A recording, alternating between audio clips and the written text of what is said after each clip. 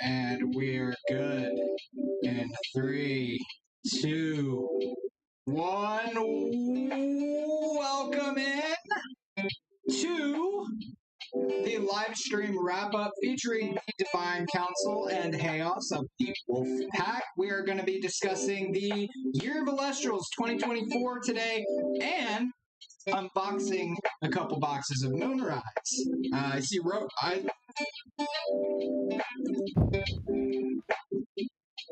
So, Roro, how you doing, man? I see you're here. I've got Baboons, Jameson, and Chaos here. Yeah, so we're going to be discussing the Year of Elestrals, and We'll be ecstatic. Yeah, it's going to be a lot of fun. I'm excited.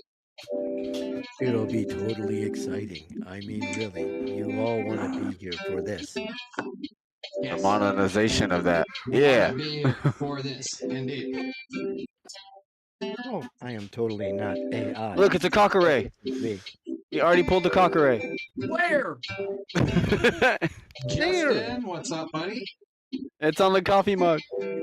It's on the coffee mug, and the T-shirt, and the pot holders. Yeah. Yeah. Black Rifle Coffee Co. Let's go. Beautiful, beautiful, beautiful. I will be right back. You guys keep them entertained. You're gonna leave us in charge? That's a bad idea. Yeah, leave us with the control. Absolutely wonderful. Especially with Babs here. Come on. Yeah, you're gonna leave the wild card. Yay, what's up, everybody? How we doing today? It's Chaos, the leader of the Wolf Pack. Woo. Woo, woo. Hello, Baboons here of the Divine Council. I am absolutely excited to be going over the last Year of Elestrals. Actually, guys, hold on. His name is not Baboons anymore. We're officially changing it to Sluggle. aka Sluggle Brain. I- So, but he is of the Divine Council, though. We will give him that. Of course, I am also Jameson of the Divine Council, and if I don't say anything now, I'm never gonna get to speak again. So, welcome, guys. Thanks for being here as we go over the Year of Elestrals. That's what 2024 was so called by A Drive and the Elestrals team. So, we're glad to have you here, and we're gonna have a good time talking about last year. Yeah. We're gonna have a rise of a time. Yeah. I also think that we're also going to have a good time talking about what we think is going to be coming down the pipe for this year, for 2025. There's Yeah. a lot of really good stuff in the works, and I think that's going to be really exciting to talk about too. So 100%. I think that 2025 is going to be something that we should definitely talk about towards the tail end of everything. But so how about we start at the very beginning, guys? All right. So last year kicked off.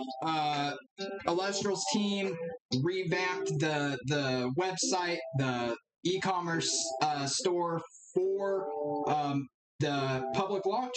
So they took all the Kickstarter stuff off. They shut down the site for a little bit, got it back up. Pre-orders went live January of last year for base set. That is crazy to think about. Year already? It's been a year already, bro. It's crazy to think about. Yeah, and here we are just getting Moonrise a year later. So that's crazy. It's insane, man. We're freaking A Drive just did a stream on Walmart.com, by the way. Walmart.com, if you're looking for a good deal on some Elestral stuff. And it just keeps getting better. I mean, the beauty of what Elestrals is just working out the kinks, the trial and error, just learning from mistakes and just improving on themselves. Yeah, and there were quite a few bumps in the road too. Last year was kind of nuts for Elestrals. Learning curve, learning process. We can start with the elephant in the room, which was the new manufacturer, right? So they went with the new manufacturer, which pushed back the public launch and public release of the product. So it took a little bit of time extra that they were not expecting. So we didn't actually get product base set for public launch until what was it, March was when we finally got our hands on that sounds about right. For first edition. And it wasn't too long after that we got Frostfall as well, because it was back releases. It was really, really quick. But I mean, the manufacturer changed, guys. So let's talk a little bit about that. Really, that's a cool topic. So a lot of people were a little upset with the quality of the base set stuff because of the quality of the Kickstarter stuff, which people they thought that the quality was a little bit better. I myself, I kind of agree. There were some perks to both of them. The biggest issue with the Kickstarter was the lack of randomization. Yeah. There were a bunch of clumps, a bunch of combos that you would see continuously, and it was disliked largely by the community. Obviously, you don't want to stick over and over. So, A Drive decided to switch manufacturer, and Dan was like, "Yeah, I got to do what I got to do," and he acted on it. Now, I don't know if that was a big or bad thing. Obviously, we've choice of removing now. They didn't get an opportunity to be like, "Hey, let's improve this. Let's actually improve this." We just switched, and that brought us to First Ed and then Frostfall. Frostfall was a big hitter with the error ones, which I'm a bit over, which was supposed to be in Shadow Stars as the 1 in 10 for those extra packs. Yep. Yep. What a man, dude. It's crazy because it hasn't been that long, but it feels like so long ago, man. Like that was actually kind of insane when Frostfall got into people's hands and they started opening it, and all of a sudden somebody's like, I'm pretty sure this is not supposed to be in here. Sure enough. 1 out of 10 Ampere Watt with the Shattered Star symbol on it wound up sneaking its way into Frostfall production, man. Oh man, what a crazy wild ride that was. I'm pretty sure somebody got fired over that. But not only that, there was also the fact that when they'd opened box toppers, there was two people that found a Lotagon Yeah. hollow as their box toppers, and there has yet to be a stellar box topper, to my knowledge, 1 of 10 that has been found. I feel like Moonrise has been found. they're out. We're not talking about Moonrise. We're talking about Frostfall. Hey, Yeah, apparently the cryo scorch does exist. Dan says it does, but well, where? you gotta think about it, man. Like, there's only 10 of those ever made, right? So there's no telling how much product there's somewhere out there, because there's a lot of product, and you got to think of the collectors, you got to think of the people that keep sealed collections, like Yeah, that doesn't want to open anything. Yeah, it's a huge possibility that we may never see it like At them. least not for a while. It might be a while. The other thing that we were talking about, because we mentioned it in passing, is about the Shattered Stars also started right around the time that we got base set. Yeah. So we that interesting fun thing kicked off subscription program where you could get alt arts of your favorite cards. Yeah, let's go. Yep. For $15 per month, you can get 3 packs with the same cards in each pack, except you had the chance at a holo, and then you also had the chance at a serialized X of 99 stellar and a serialized X of 10 stellar, which is really, really cool, man. And I really like that they have opened this, and it's a cool thing too, because it serves as like a space filler between sets. So like if you've opened enough of the newest set, you can subscribe to Shattered Stars, get that in, open that up, get some really cool alt arts, get some really possible really big hitters, man. And they've upgraded that a lot too, man. The Shattered Stars upgrades have been absolutely incredible. Like I am a huge fan of Shattered Stars, and if you're not subscribed to Shattered Stars, I highly recommend you do. One bundle of 3 packs, $15 per month. I think one of the best things that has come from Shattered Stars is the reverse hollow edition, which Yes. is an extra little bonus on top for all the packs. That way you got something special. But going to the boxes, the thing that has been changed for that is the reverse stellars. Yeah, Which reverse stellars. absolutely what we needed as something of a middle ground. That way, while we do have the serialized, which are absolutely epic, it gave us that leeway. That way, everyone had a chance and win the 1 of 6 in the case to get something crazy. Yeah, exactly, man. I'm a huge fan of the reverse stellars. I'm a huge fan of the reverse hollows. The team has just really been going all out with making sure that people get really cool stuff, the shiny stuff for sure, and like the chase cards, 100%. Like there's a lot of chase cards that people are chasing. It's really cool. The reverse stellar introduction in Frostfall was awesome, man. Like you guys are going on about, I'm a big fan of reverse stellars, I'm a big fan of stellars and all that stuff. I'm just a big fan of Elestrals in general. I mean, everything that they've done has just been fun. It's like, okay, we're gonna add this thing. Oh, that's awesome. We're gonna do this here. Oh, that's amazing.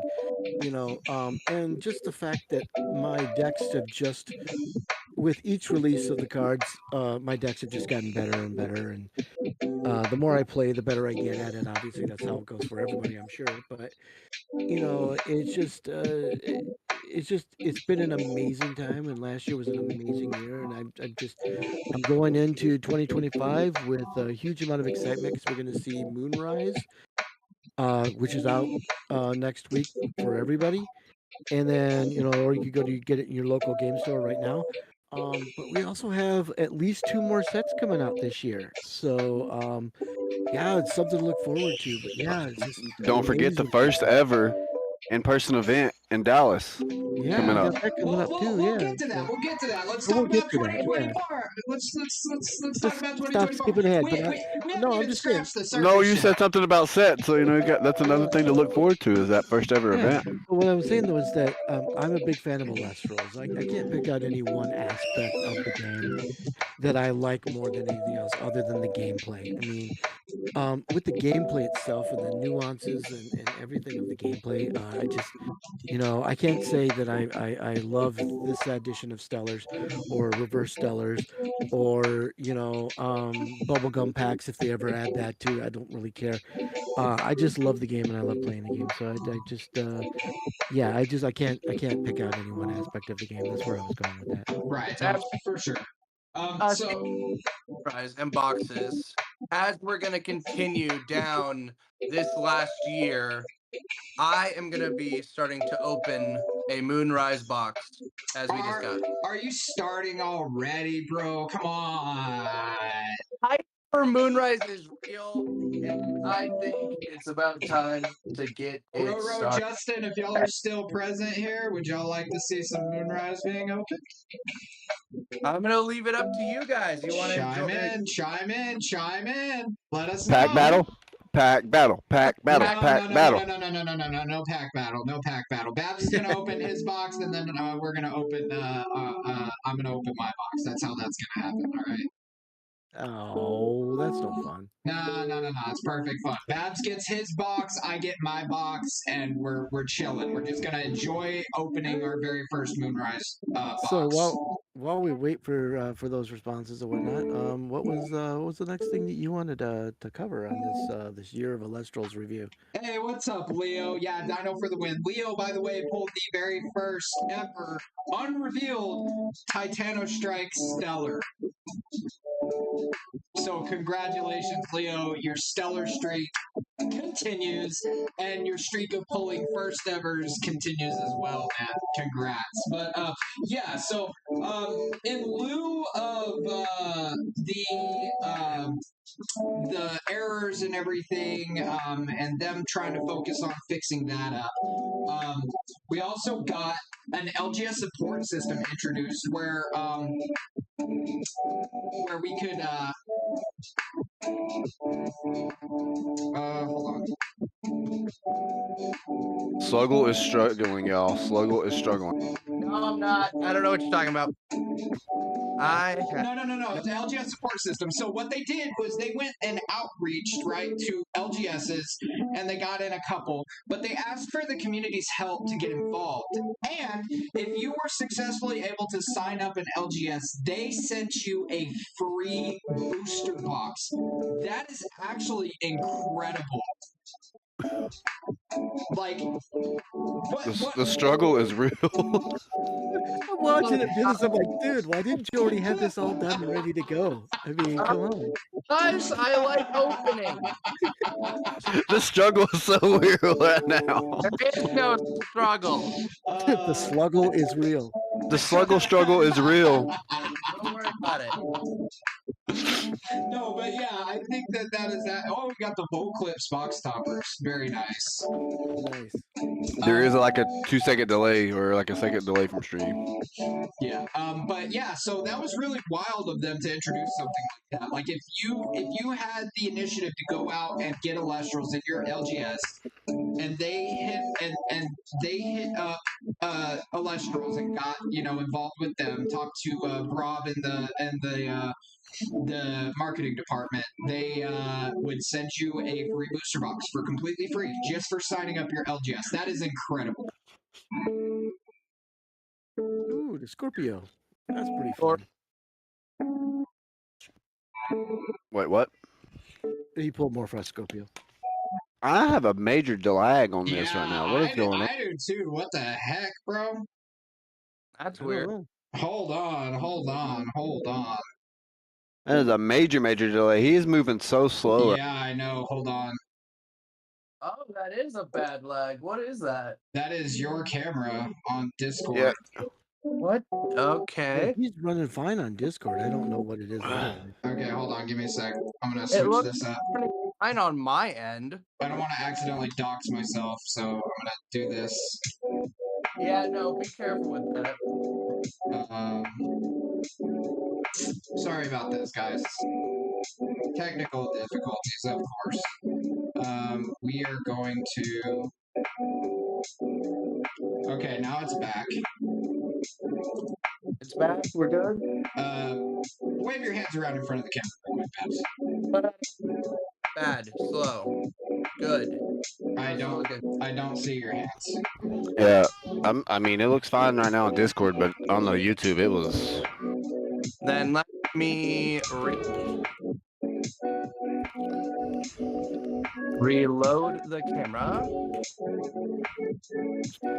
Okay. I think you should have done your regular setup, Babs. I just did a soft reset of my camera. What? Okay, there we go. So is it better? So far I can see you better. Let me pull up the camera for the stream. Okay. Yep. Dude, Havercub is so nice. Like, I love its stellar, or its reverse stellar. Yeah, the red. It's so clean. The red is very nice. Yeah. Okay, Still like that. moving better. It seems like Anyway. You're moving better. It's still like a minute or so delay from YouTube to Discord, but that's fine. Yeah, but that's fine. Yeah, there you But go. I can. As long as I'll watch it on Discord. That way, it's. technical difficulties, guys. Sorry. See doodle. Love that. That's a good one. One of the best healers out there. Am I quiet? Shut up. To everybody else? Whatever. You're not. That totally proves you're a slugger and not a fire player. Is that better, so. Leo? I will say, like, my mic gets set up, telling everything's you. busted, so. I'm telling you, Torch it. Torch it. he fills the board, does plays. I'm gonna heal everything. Yep, Torchin is low-key very good. How dare Torchin busted? underestimate my torch boy. Now. I'm a fire player. That's why. Now. You know what? Here's the thing with Torchin, alright? Okay. If nobody hadn't noticed yet what Torchin is, Torchin was the mascot for the Elestrals season 2 or season 1, whichever one of those seasons. If y'all didn't notice that. Mascot for all of it. It's the Elestriad mascot. It is. Well, I mean, but we didn't know that's what Torchin was until we got the thing of Moonrise. That was actually like an actual. We had the thoughts that it was an Elestral, but we wasn't 100% certain. Hey, there's your Ant Titan. Hey, there's my Ant Titan. There's my big anteater instead of having to write Ant Titan on a piece of paper. Proxies. Me like Ant Titan. Proxies 11-8. But I would like to start talking about the steps the Elestrals team have been making.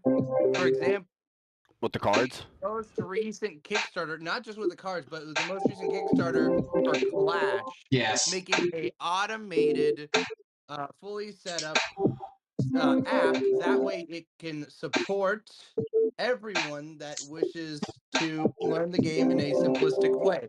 We have another app, however, it was not user friendly. It was in beta. It was a very small team of developers in beta, so it makes sense. But now I'm not blaming them whatsoever. I'm just saying, like, it was not user friendly. It was very manual, and it was like it did its job. Its job was for everyone to be able to enjoy Elestrals to the fullest. Right. It did its job, and that's why they're stepping it up and continuing. I do have to say though that with the original app that started with the Kickstarter from 2023, right? Once they launched that in beta and everybody had access to it, that actually kept it going throughout, all the way up to the new version that's coming out later this year. Yeah. I mean, and the fact that the app is basically only ran by one person. Yeah. Encoded by one person, pretty much. Like it does pretty good for a one person doing it. Like I know people talk crap about the app and this that, and the other, but for one person, guys, it does pretty good job. For what you're getting out of the app, you really can't complain too much about it. No, definitely not. Because without it, we probably would not have the success that we have with the game right now. Well, yeah, that, and you think about it, like how many brand new TCG games that come out automatically have an app to go with it? None. Like hardly any. Like hardly any at all. And the fact that Dan managed to do that, along with doing physical stuff as well at the same time, that's kudos to him. You know what I mean? Yeah, no doubt. yeah. And the partnership he's made with it's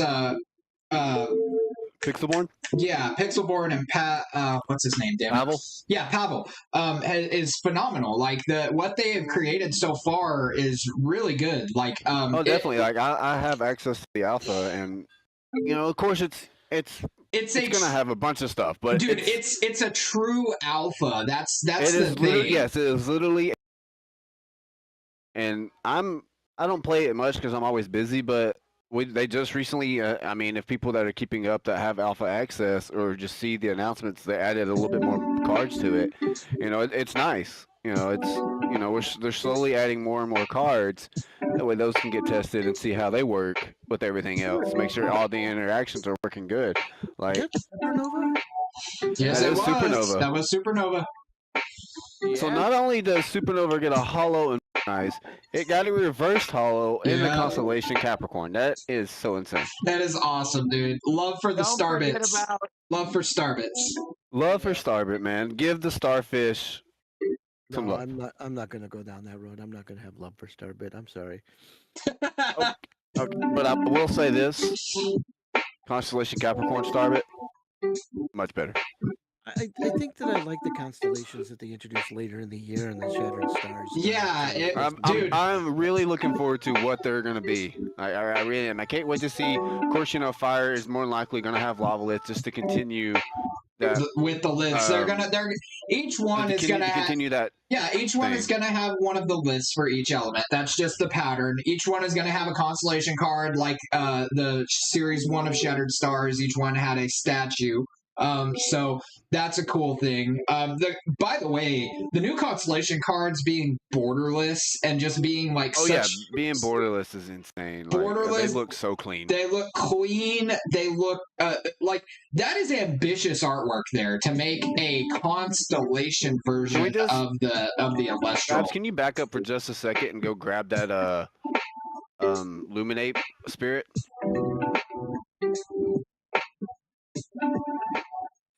Joy Boy. Just want to say this one right Joy here. Boy. I love all the Luminate Malms.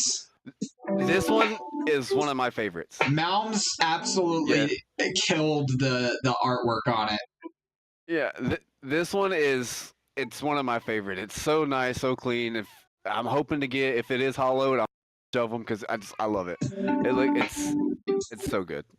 It is really good. Malms killed the artwork. And speaking on the artwork, can we just talk about how clean and how much development the art team has gone through since the starting phases, bro? Yeah, since the start, it is insane. They have grown into. It feels like to me, and I'll stand by this all the time. I've probably said this before, but it seems to me like they went from just being kind of just Fakemon looking. Now they're in their own realm to where they know this is Elestrals. They know what they want to do. They know what's expected, and they're hitting everything out of the park. Yeah, dude. I mean, it's incredible. Like to state, the Elestrals team is also not open to change. We had a absolutely wonderful artist last year that was making some fan art of this game just because he's like, oh, this will be nice, and the community. So full art design, had a Cryo Scourge, he had a Krakatuga, he was a bunch of art for Go ahead, Jameson. He was making this guy's amazing, check this guy out. And in the Discord, Dan was like, is this you? And Talks that ended up adding him to Leviathan. That Leviathan art's really nice too. I really like it as well. Yeah, but no, Babs. I remember that. Get some money art, man. We literally was like, yo, somebody get this guy a job with Elestrals right now, and they did, and I think now he's freelancing with Elestrals. Yeah, Leo, get some money.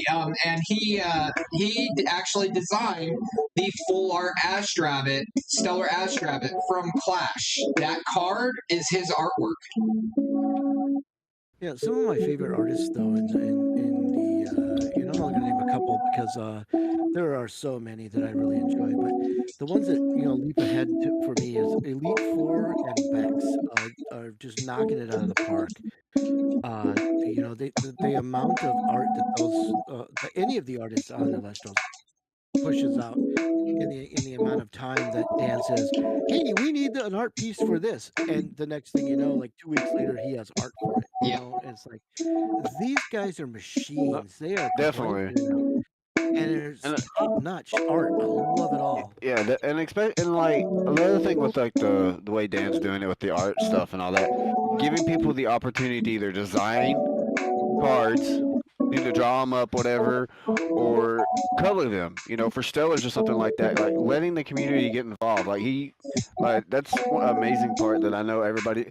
Now, of course, a few people's won it multiple times, but still, I mean, regardless of the fact if they're winning it all the time or not, it's still just a cool aspect that he has started and done, and I hope he continues to do it. Yeah, with man, more and more different stuff. having the community design stellar colorations, and in some cases, letting them actually do the artwork for the card, like we saw with Mikey and the Stellar Galaxy promo from base set. Like that is, And then the new Morphrost. We've seen what the person won. Now we just got to wait for the actual, the card to come to life whenever that may be.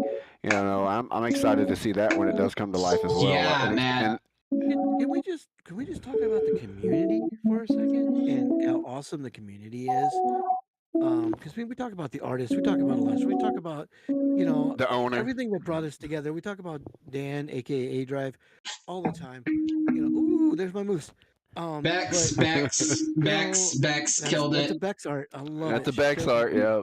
Bex killed it. But can we just talk about the best community in the TCG community, in the TCG space right now? Absolutely. The community is what makes Elestrals. It is the heart and soul. We're a very grassroots community. It's a very grassroots company, and like in all honesty, man, like I think that like it is literally the best. Like I've made some lifelong friends in the past year just getting involved with this game, and like it is just so incredible to like just come full circle and look back at the past year. And I like, if you would have told me a year ago today that A Drive was going to be selling Elestrals on Walmart.com, I would have called you crazy, because that is unprecedented, dude. Like that is that's absolutely insane for an independent startup company with no IP to be able to do something like that so quickly. Like just to be in a major retailer like that in just 2 years of coming out. Yeah, and like literally the friends that I've made in the past year, just playing this game, enjoying it, having fun, so many memories made, man. Like, I mean, being in the Discord server when Getsamani was posting his artwork, and us, basically saying, yo, dude, this is legit, here, check out his art. I think we legitimately tagged A-Drive. A-Drive was all like, this is your art? Yo, let me hit you up real quick. And then basically, I mean, giving him a freelance opportunity with Elestrals that's insane. That'll live in my heart forever because we were there. Corvus Skull. Corvus Skull. I love it. Corvus Skull. Love it. That's such a good card. Corvus Skull looks insane, man. Dude, I'll agree with that too on the friend thing though too, because I mean I made some good friends on here too. I don't know if that's necessarily going to mean lifelong, but I do mean it's going to be a long time before we part ways. Because we all have come together, and the fact that Babs and I started a podcast. Oh, sorry guys, we've been on hiatus for a while due to various reasons, but we'll be back soon. But, we started a podcast together and got some really heavy hitting interviews on that one too, and got some great guests. And also I think it inspired you as well.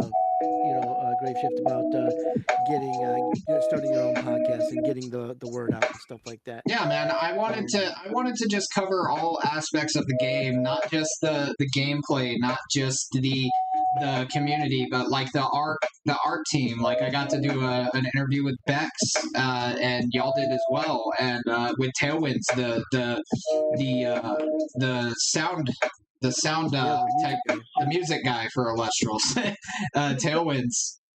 But well, we also got didn't we got the lore guy, right? Right, Babs? Which I am currently in the process of getting. Ooh, there it is. Dragalis. There it is. There's the boy. Cock-a-doodle-doo, bro. Dragon chick. Cock-a-doodle-doo. I'm sorry. Farm raising I'm for sorry, a dude, reason. but like, look at the design of that thing. Like, that is so out there. That is a fire-breathing dragon rooster. That is insane, dude. That is such a cool design, like, the creature. Like, oh my gosh. Thank you for making this. Yeah, it's so good. So yeah, I mean, and the stellar version, I've seen some of it from the tournament packs, and it even looks really good too. Yeah, man. Okay, let's talk about that for a minute. I talked about the LGS support system, getting your LGS on board with Elestrals. They send you a free box. Let's talk about the organized play system, guys. Like, we have Elestrals organized play tournament packs that LGSs receive, to where you can go to your LGS for a weekly tournament and you can receive these packs and open them. And they also have alt arts of cards, and they also have a guaranteed stellar in every single pack. And not serialized, but it is guaranteed, of course. Yeah, well, not serialized. There are serialized cards within the tournament packs. There is serialized. Yeah, that's absolutely insane.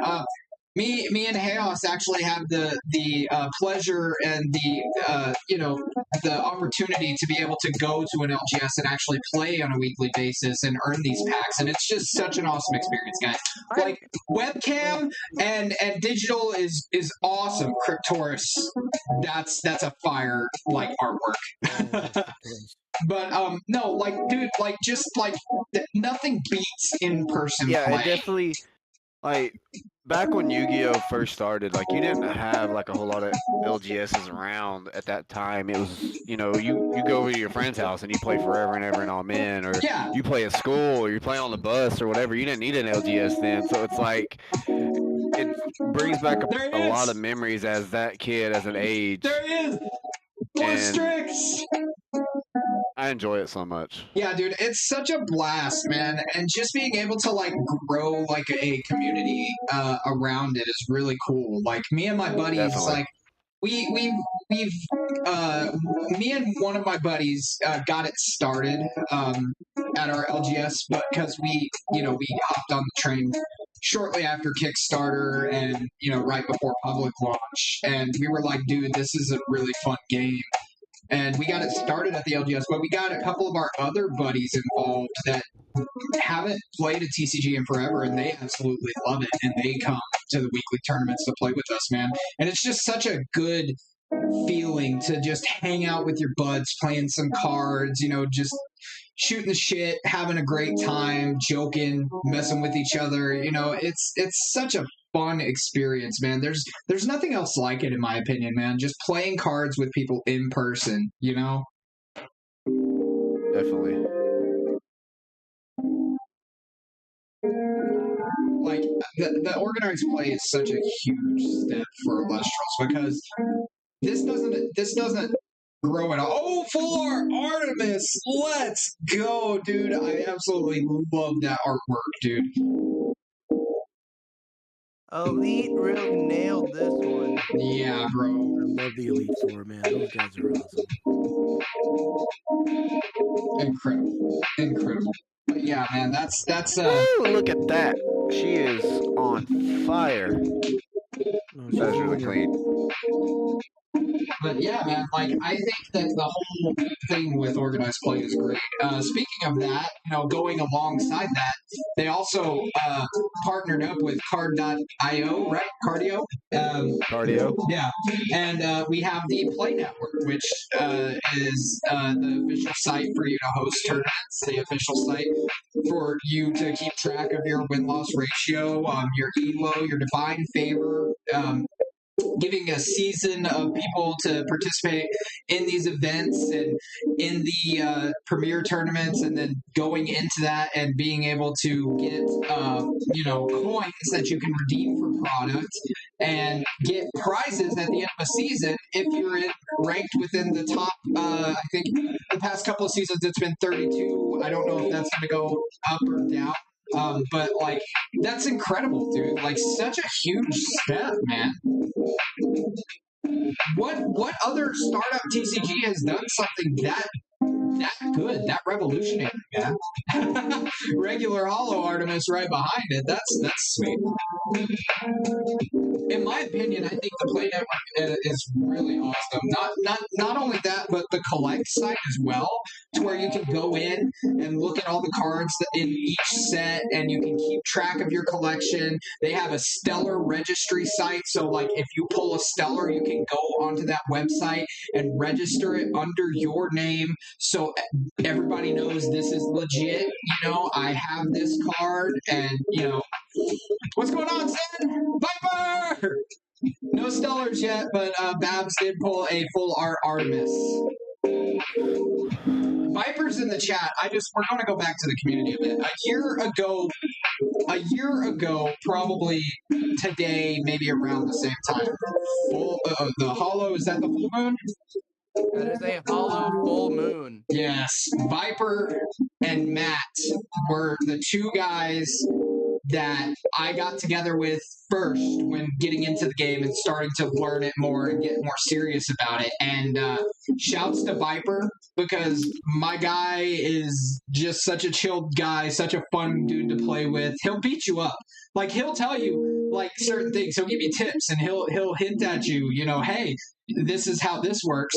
But he will not give you the answer straight up. He'll let you figure it out on your own. But he's a great teacher in that realm. He's not going to let you take it, easy. He's not going to fold over for you. You know what I mean? Uh-oh. Sometimes I think he should. There we go. Got that, yeah. You think Viper should ease up? Nah, that's not Viper style. Yeah, well, you know, maybe you should stop being such a... Well, no, I'm not even going to finish that sentence. Never mind. A ginger? Sure, we'll go with that. I resent that remark. Cancel. We're just canceled now. Sorry, guys. Stream's over. We're going to face that with responsibility. But yeah, Viper is a cool guy. You know, so if you get a chance to play against him, do so. Yeah, man. He helped me when I first started to get into the tournament scene, get into the competitive scene. Joblin! Such a cool card, man. Such a cool, awesome card. The water lunar stuff is really wild, man. That's such a cool concept. Such a cool, like, design. Yeah. It's pre-ascension. Whoever thought about that idea did a dang good job. Don't break your own patting yourself on the back. Viper. I don't know what you're talking about. You have a Hollow Zaptor. They did a good job. That Zaptor art's really nice, though. It looks good. Yeah. Oh, I will say this. We were talking about the new manufacturer and whatnot, and getting the card stock down, right? Daybreak fixed a lot of the issues we were having with the curling on the foiling of cards, and also fixed the card stock to be a little bit more. I feel like it's the same thickness, but it's a little bit. They look a lot cleaner. They feel a lot better. The foil pattern is absolutely insane. Like introducing the foil bleeding in the stellars and everything just looks so incredible. Like I think they nailed it finally. I think they finally got the card stock right where it needs to be. I think Dan even said the stock improves even more with Moonrise. No, it's the Daybreak quality, the same quality. Oh. Yeah, it's this. He might have been talking about something else. No, I know he said something about it, that it was like they've upped the variety of it to where it fixed the curling even more with the Moonrise stuff. Also, I think he was also doing colorization too. Yeah, the color. Yeah, the colors pop a little bit. Yeah, see, like that Divine Healing looks incredible. The foiling on it. Oh, dude, tremendous. Like that looks insane.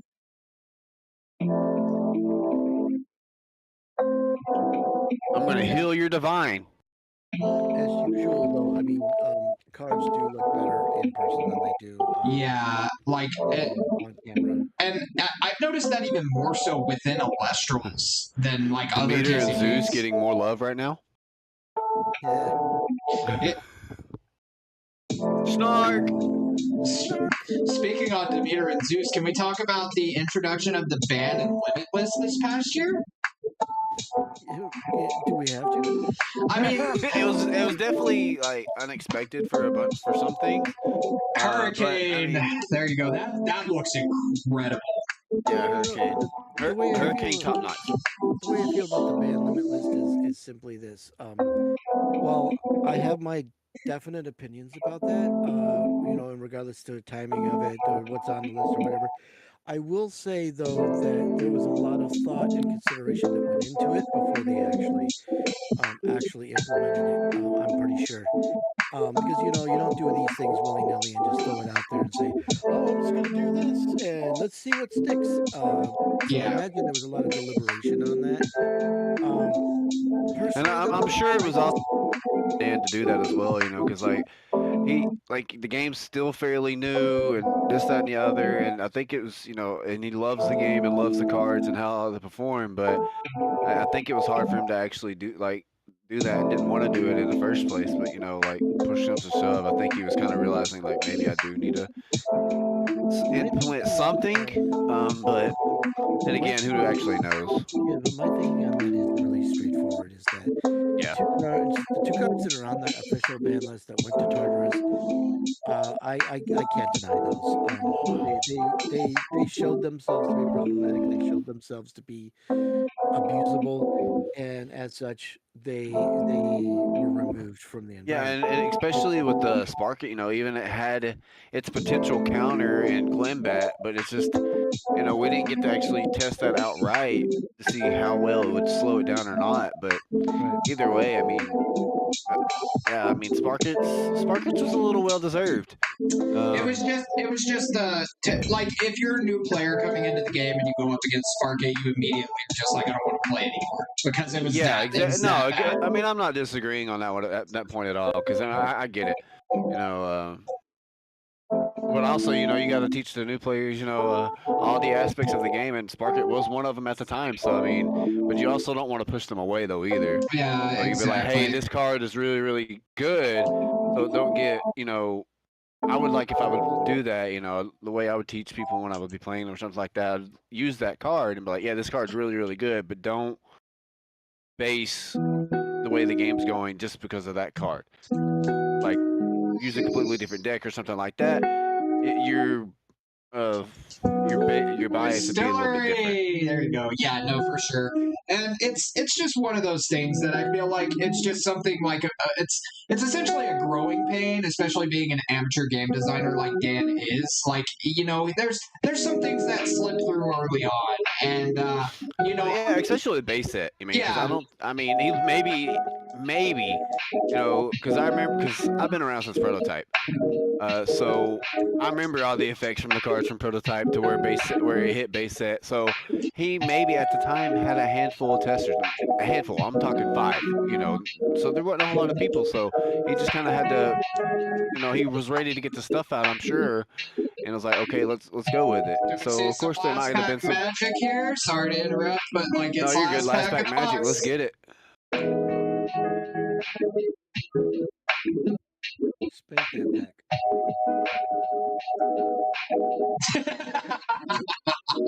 Just get it to. What you wanted? Do it slowly.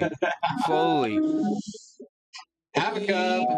One of my favorite cards. Build it up and say them off. Build it up, say it off. Look at Trakid. Is that a Porcurath? Porcurath. The Ard Bud.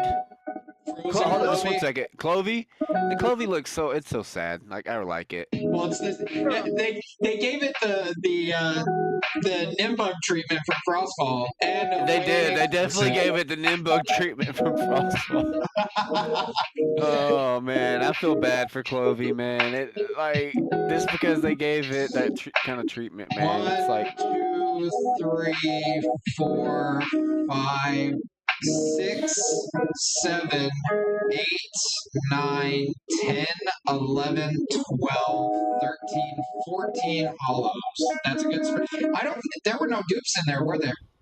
That's about the average. So there were 2. Okay, so you got 2 carry-offs and 2 tortoises. Okay. Yeah. Hold on.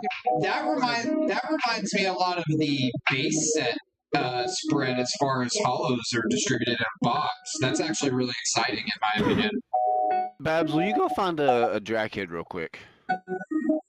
Should be in that last pack. Maybe on the top of the deck, yeah.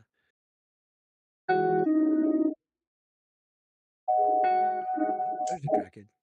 There's a Drakid. So its art compared from the Shattered Stars to that one. I love this so much more than the Shattered Stars art. Yeah, like the Shattered makes him look aggressive. He's literally like a freaking vampire, just with his cloak out, you know, like. Yeah, like hiding himself and stuff like that. Like it's just like it's so good. I wish you had a Shattered Stars one to compare next to it, but it's like with this one he's kind of leaning back, hiding his face. I'm ready to attack you, and then like the Shattered Stars one's like I am attacking you, but I really like that one a lot. It's so clean. Can we get a look at that full art Volt Clips box stopper? Yeah, let's get a look at that full art real quick, man. What up, Eclipse? Yeah, Viper. Yo, what's up, Moonglow? That's so good. Like, and then the fact that the phases are on each of the tails. Each of the tail. That's so cool, dude. That's such an awesome. It's the little things, bro. It's the little things, you know. Yeah, it's an 8-tailed fox. 8-tailed fox. That's right.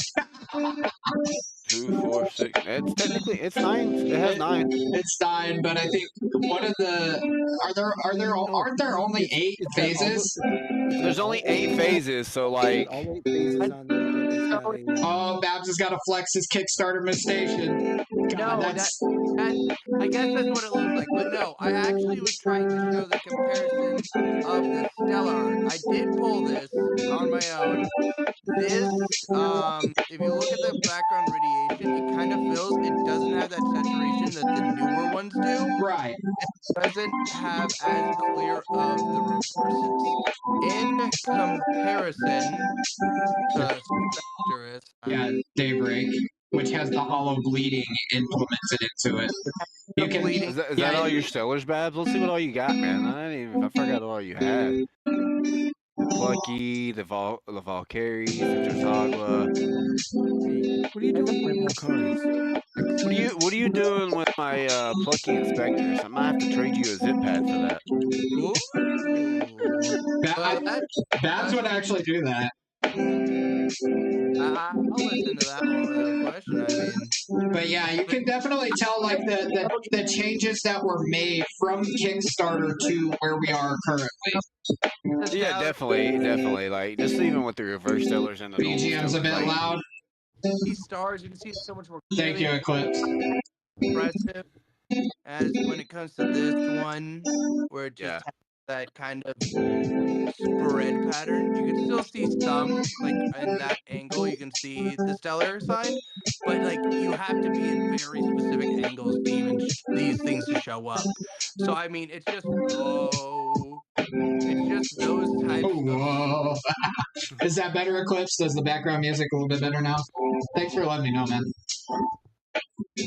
But it's little details like that they steadily improve over time. Well, even if you look at the hollow patterns, not just the stellar patterns, but the hollow patterns in general from now to when Kickstarter started, they're a lot better, a lot more cleaner, crisper, and like just they look really good. It reminds me of the old school. It reminds me of the old school Pokemon sets. Yeah. Sorry if y'all can hear my screaming child. That's fine.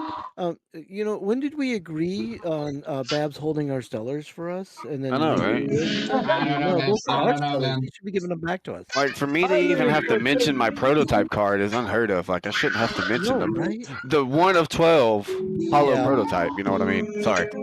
No flexing. No flex zone here. You know what I'm saying? Yeah. No flex zone. Yet Babs is flexing the stellars he has, and you're flexing the prototype card you have. And here I'm sitting. I mean, I can flex. I can flex the limited signed Lawless cards that I have too. If you really want me to start flexing a little bit. You want me to start flexing? I'll bring some good stuff. all I can do go is down this sit route. back and go, why are you guys holding on to my cards like that? You're supposed to have sent them to me by now. What is wrong with Wait, you? but Babs, can you flex a 1 in 12 hollow prototype and a signed limited lava lift card? I can flex the 2 golden Panteras, and I can also show off. I told you to show all the stellars. You didn't show all the stellars, man. That's sad. Okay, well, that'd be a bit Bad extra. for you. That's me for you. Sorry if y'all can hear the screaming child. It's He doesn't toddlers. follow instructions very Toddlers. well. Anyways, Yeah. all right, guys. Those in the chat, sound off. Do we start the second box opening now, or do we talk a little bit more about the previous year and get into that in a little bit more detail? Let me know. Vote yay or nay. Box, no box.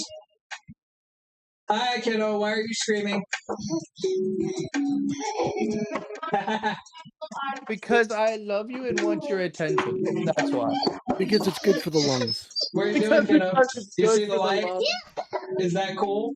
Is that cool? And then you just see the door just pop open like, meow. I had Hi. nice bathroom. That's why she was screaming. Got you. It's gonna break the door down. The doggies are gonna eat the camera, man. Let's go. Leave the lights alone.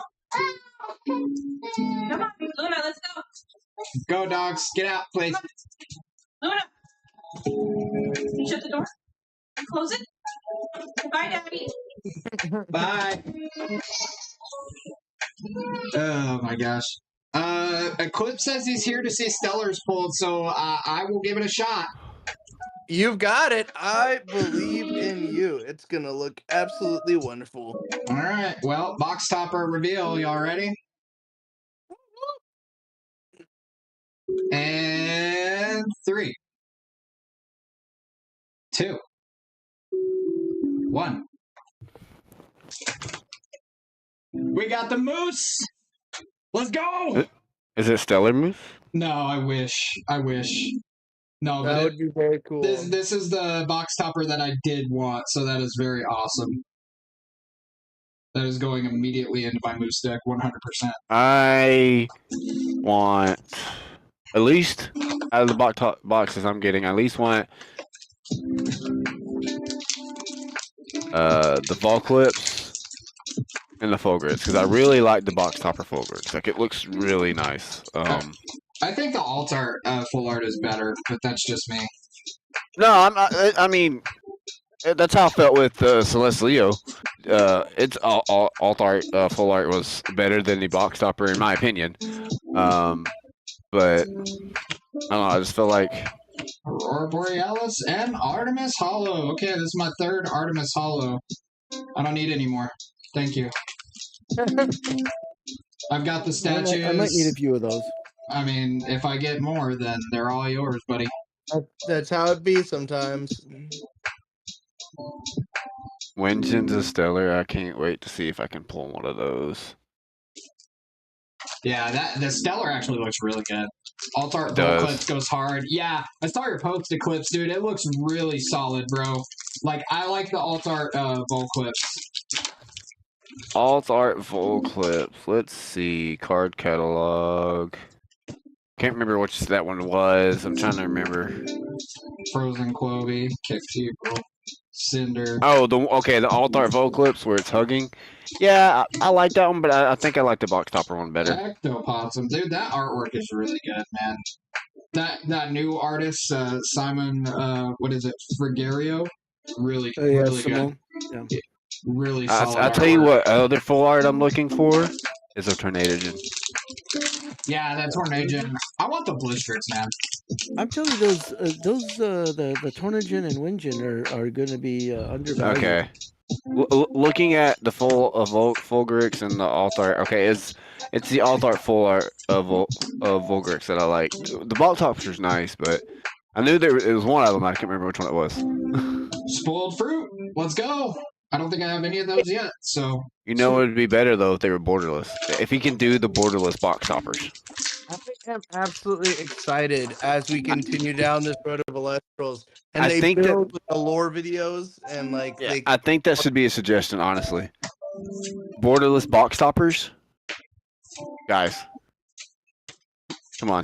Maybe, we don't know.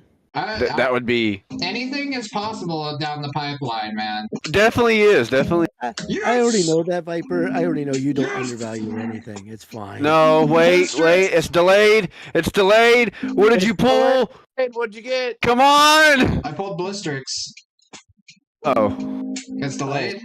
That card, nobody cares about that card. the way your reaction was like, "Filler, bro." Like, come on, no.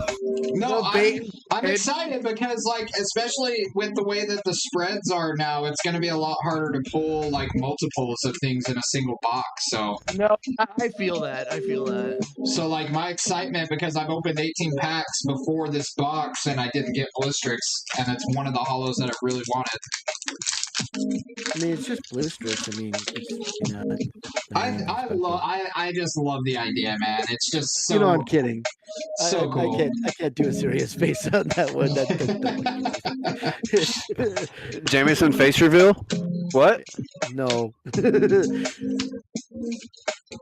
You know what, Viper? I can kind of Night agree with that Venom. too.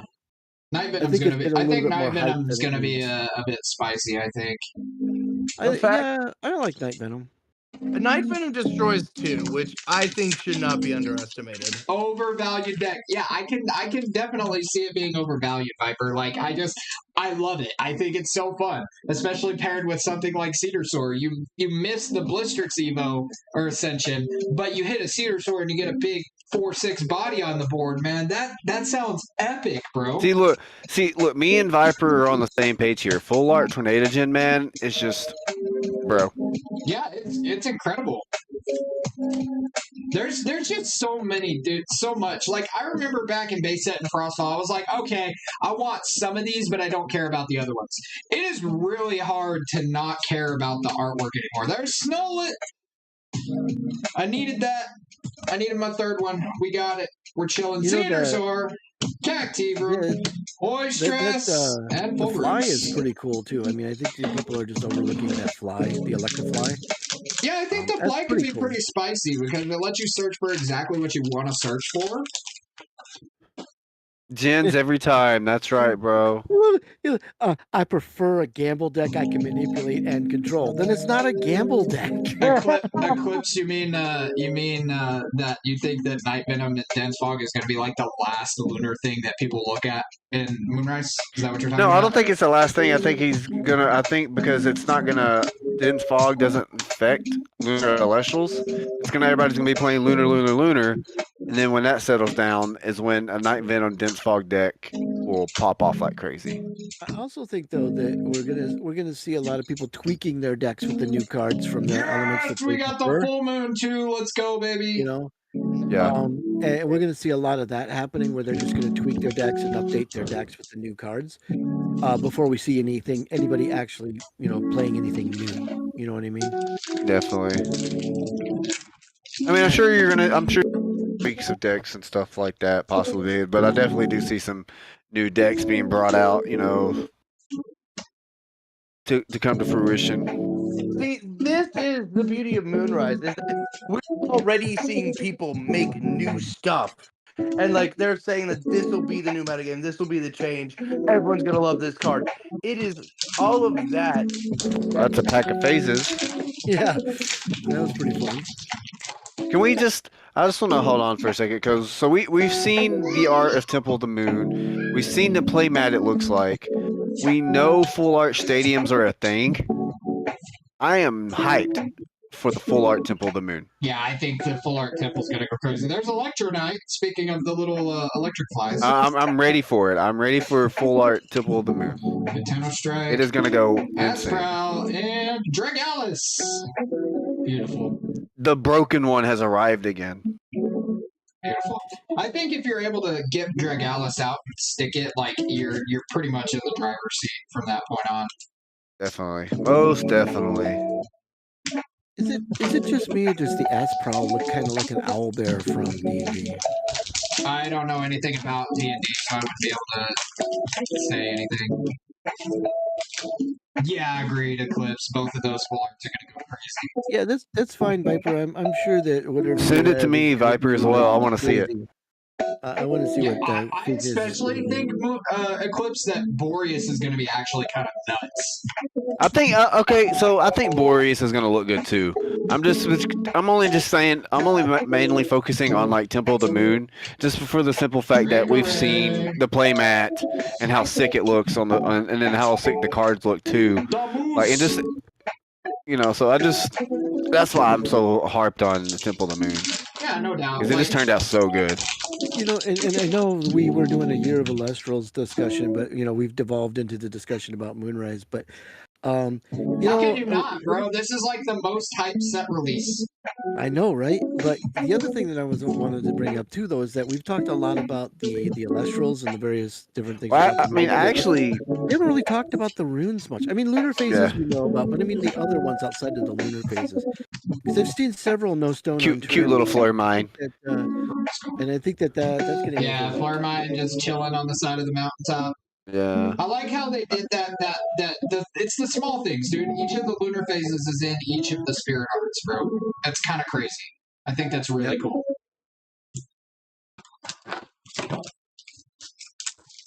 But yeah, no, the runes especially, like, we can talk about the overpowered stuff all we want, which is Gorgons, Ambrosia, PTA, that kind of, the staples, man, all we want. But it's the unique stuff like this, like Helios' Slumber. Like, look, think about the tech you can do with this. Target an Elestral in your underworld, put it on top of your deck. If your Elestral got like PTA or something and it needed to stick, you can just flip Helios during your opponent's draw phase and put that thing back on top of your deck and have it again next turn. Yeah. Or think about it like this, like it can go hard in what's already a decent deck, the Water Reanimator. You're reanimating even more water stuff. Yeah. Like same thing with Corver Skull. Like you can literally take Corver Skull in there as well. Foretell 3, bring back something, like put something in the underworld and then just bring something back out of it that you want. Like it's gonna I think those two cards in general, to be able to manipulate the underworld like that. Can I help you? You want to say hi? It's going to be very intriguing and You fun want to go to see. say hi? You say hi? Say hi! Hi, everybody! Can you wave? Say hi! Standing there in shock, like, what do we do now? No, she's waving. She's saying hi. There we go. All I gotta say, Viper, is what the actual you know what. That is all over the place. Viper But I bet it worked. Viper is and always will be my favorite deck builder in Elestrals ever. I'm telling you. What about me? I thought I was. Come on. It looks like Viper took the title. Bye. Like, no, for real though, Viper. Like, literally, what the actual you know what? But I love it. Like, I'm not even kidding. I love it. Oh my god. No, I'm. There's no doubt that it works, bro. I can just see it, visualizing every interaction in my head. Like I can see all that and it working. Say bye, Daddy. Love you. Say love you, Daddy. It's totally crazy. Viper is if you want a wacky, wonky, wild deck that very few people would be able to pilot, look no further than Viper's Wrath. The Viper's decks are, only Viper can play Viper's decks. Nobody can play those like he can. Viper is insane, man. I love you, Viper. Crazy town. Oh, Viper! I don't think did I reveal? I did reveal you my playmat, so I did. Never mind. So I forgot. Divine Healing, let's go. This one's a double cake hollow foil. Eclipse, we got a double caked one here, buddy. I don't know if you can tell. You can see. It's a double cake hollow foil. Viper's yeah, right?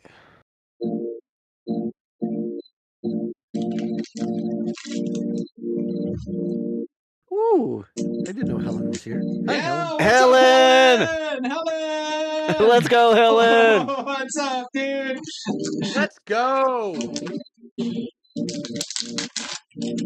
If you are in the Elestrals community, you know Helen.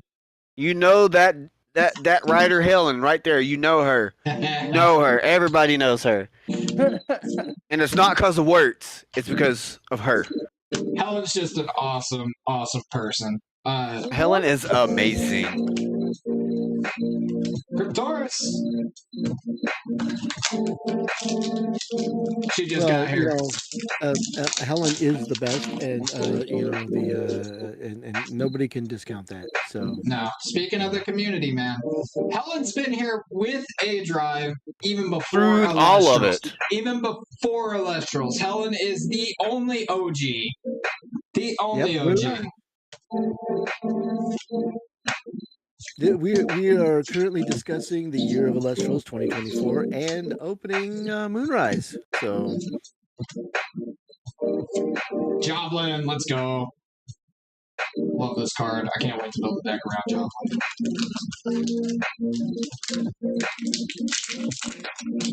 Hey, you know what?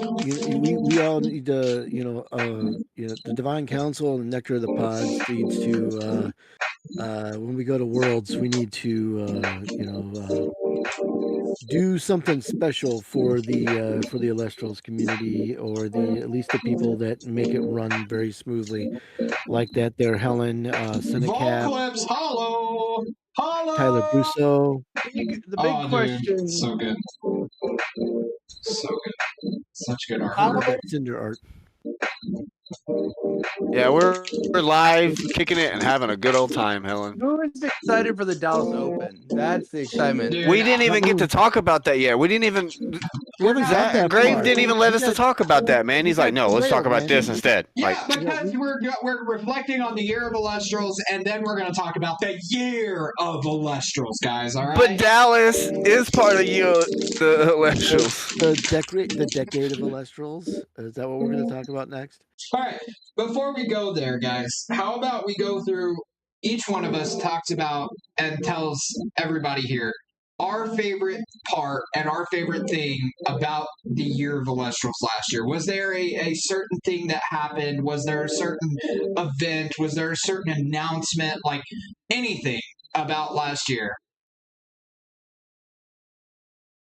Just your favorite. Your favorite. The issue is you're asking us to select a favorite thing. You know what? We'll start with Babs, and you got a 2 minute timer. You ain't getting more than that. I also have a favorite thing, but a timer, how dare? Anyway, I absolutely time's ticking. Let's go. Yo, Helen. So you're gonna be at the Dallas Open.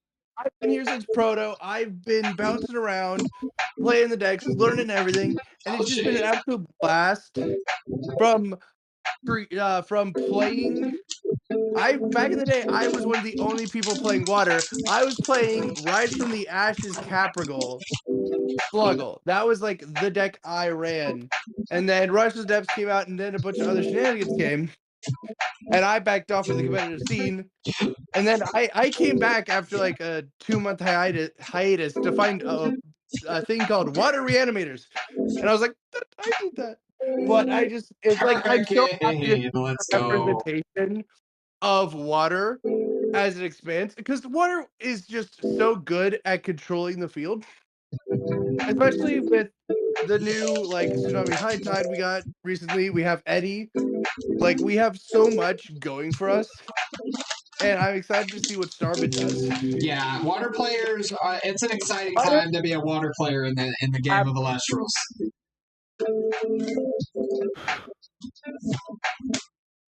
There's your 2 minutes. That means it's payoff. I can't wait either, Viper, to see you win. And I think that deck right there, I think it could. My boy. Yeah, I really do. So, my favorite really boils down to right before we went on hiatus. We did a lot of interviews over last year over the podcast, and the one that sticks with me most is the most fun that I think that I've had on the podcast. And mind you, there's been a lot of really fun moments. I mean, with all of the guests that we've had on. Yo, speaking of the alt art bowl clips, there we go, baby. Yo, that So is so sick. Delay. That is so sick. My favorite, my actual favorite moment was That- when we did the. Okay. Looking at it in person, it does look good, but I still prefer the box topper. And Looks absolutely beautiful. I love it. I will message you my reasons of why I like the Dude, I think like it's got the PTA and Gorgon's treatment where like the artwork isn't hollowed, but like the eyes and the background. Oh, I know. is. Like that's like the eyes. It looks so good. Like again, that's why I like it because of that right there. That's But so I just sick, prefer bro. the box hopper more. But back to Jameson, what you were talking about, especially with guests, Uh, we had such a blast with all of them. Yeah, we had a total blast with everybody that we had on, and we had so much build for the future that we want to do. As soon as things settle down in our personal lives and whatnot. But the one really hit me was when we had the lore master on talking That about was the lore of Elestrals. I remember I reached out to him. I'm like, "You're the Lord. That was my All core. the details. I absolutely love what you've been doing with Electrals. I'm a big lore person. Getting to know more about the game I care about is what I enjoy. If you don't mind having an interview with us, we'd grade it." He reached out and said he's totally down. And I remember it's like, oh, we're gonna have like 20 hours of us talking with him. We went 4+ hours Yeah, in it's a long time. depth realms That's of awesome, man. lore. That is It was awesome. The other thing that I'm really happy about that's not actually directly related to anything in particular is the fact of I've actually started public playtesting of the Illustrious RPG that I've written. And I'm There really we proud go. of that. And I Like a think that boy. Oh, that looks so. if it doesn't go anywhere, then that's fine. But if it does go somewhere, I'm super hyped about that. So we'll have to see how that plays out in the next year. Yeah, man.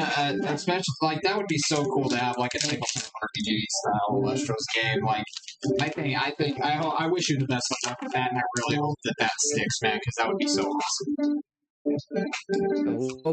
I need more people to playtest, so I need more feedback.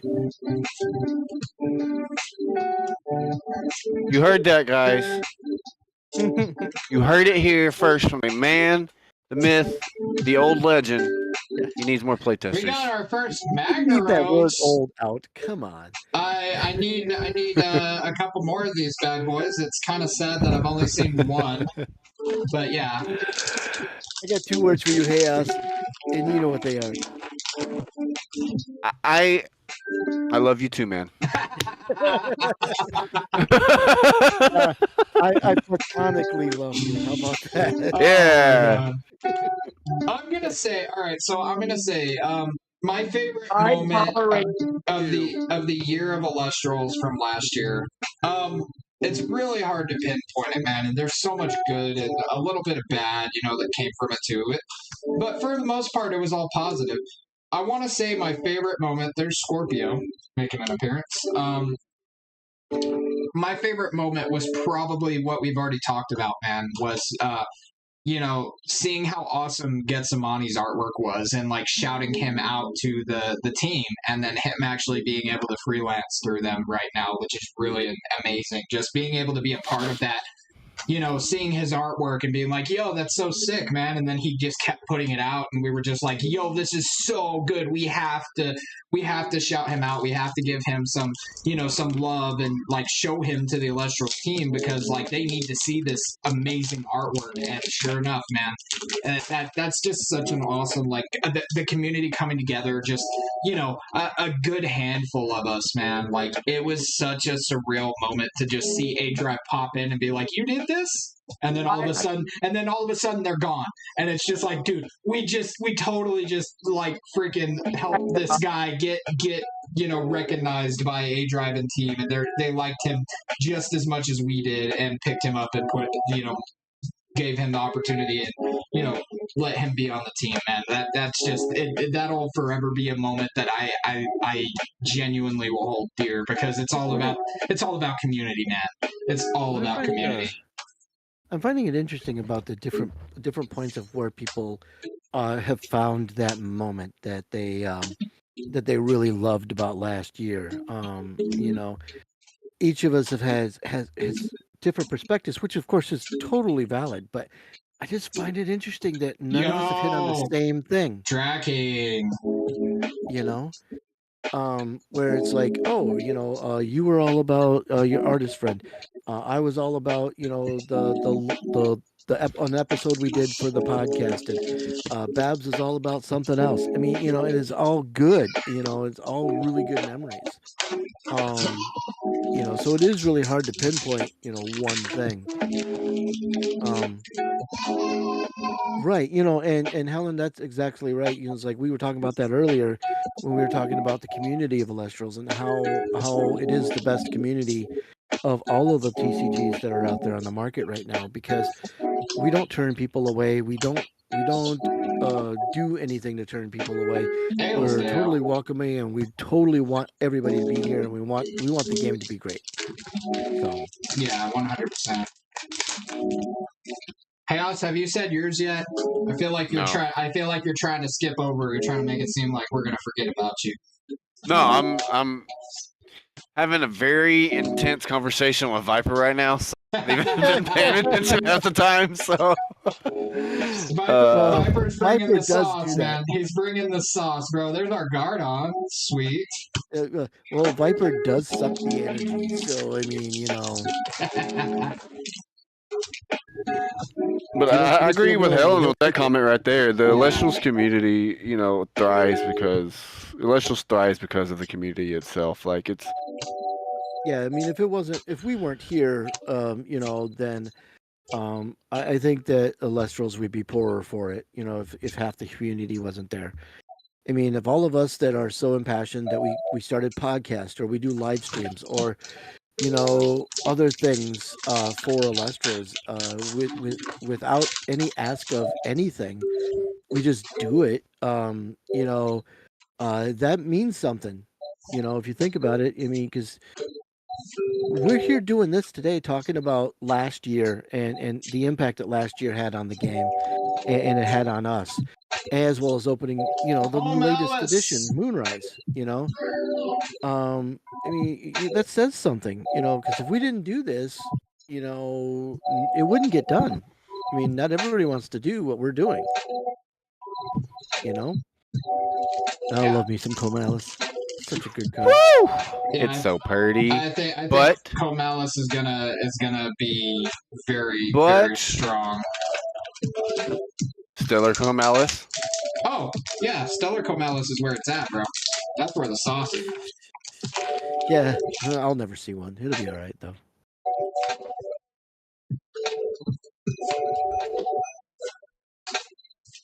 But I really do have to thank though the Elestrals team and everybody that I've worked with the Elestrals team for their time and dedication to just keeping up the good fight and keep putting out quality product and just keep doing what they're doing because without that we wouldn't have a fun game to play and we wouldn't all be here having a good time.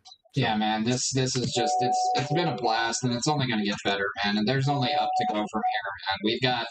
There's a lot of work that needs to be done, and I cannot wait to see what the future holds, man. It's our first waning crescent, I think, interface. So we'll swing back around to Chaos and his moment in the sun with Elestrals, I suppose, since he's having an intense conversation with Viper about things. Oh, we got our Hollow Spirit. It's Leviathan. Let's go! What was the full art? Have you hit the full art yet? Yeah, it No, was we haven't hit the full art. Yeah, it was Volclips. Was it Oh, Volclip? yeah. Oh it yeah, was Volclip. that's right. Yeah. Volclips. Intense conversation. You were not focusing. How soon we forgot. Hello, Leviathan. Yeah, bro, that's sick. I'm glad that my first Hollow Spirit from Moonrise is Leviathan, because that every time my first Hollow Spirit from base set was Leviathan. My first one from Frostfall was Leviathan.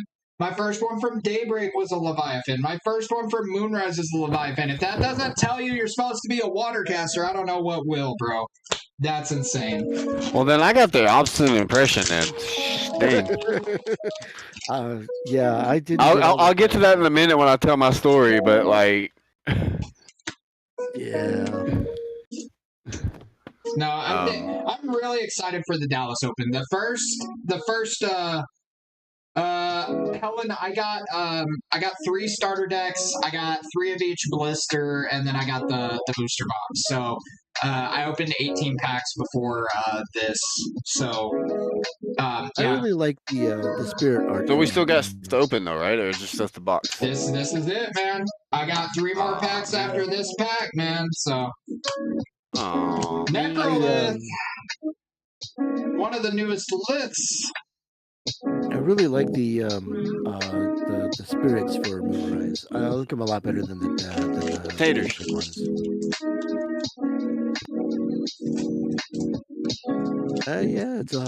Yeah, like every other lith, it's a hollow. Yeah. Oh man. All right, I got It's pretty, three packs left, guys. We got Carry Off, Posthumous, and Fulbrix. Who's first? I carry off. Carry Carry first. off my waywards. Wait, it's carry It's off. not the same. It's not the same. Sorry. I think you save the moose for last. Moose for last. Yeah, save the moose for last. All right, we will save the moose for last. I mean, so far, Helen, if you want to know how much Moonrise product I grabbed, let's just say my wallet hurts a little bit. Yeah, That's not including the. That's just including the big pre-order. That's not including the other 3 pre-orders I did afterwards. I think somebody had to start talking to you about your spending habits. No, nobody tells me how. No. You had to start talking with yourself. I remember. Oh yeah, I might have. Yeah, I think I did. Do we get a little last pack magic? Are we on the last pack already? Slow down. Last We pack. got one left. Last pack. It's the moose. You know what? Just for the sake of saking, guys, we're gonna have to give this one a little. Shaky, shaky. Here, I'll rub the top of my head because I'm a ginger. Let's do it. Oh, that's why you have no soul. That new card smell, man. There's nothing like it. Don't sniff it. You gotta huff it. I mean, I'm not that insane, but Don't lick it either. That's really No, lick it. It might taste good too. tastes like paint. Tastes like paint. It tastes like shiny cardboard. Electronite and Ectoplasm. All right, so the distribution on the hollows was good. The rare slot was a lot better. I only got 1 freaking Magnaros though, and that's kind of upsetting to me. Well, if I get any when I finally get my stuff, it's yours, bro. I really need Magnaros. I think Magnaros is going to be Magnaros really is down with the sickness.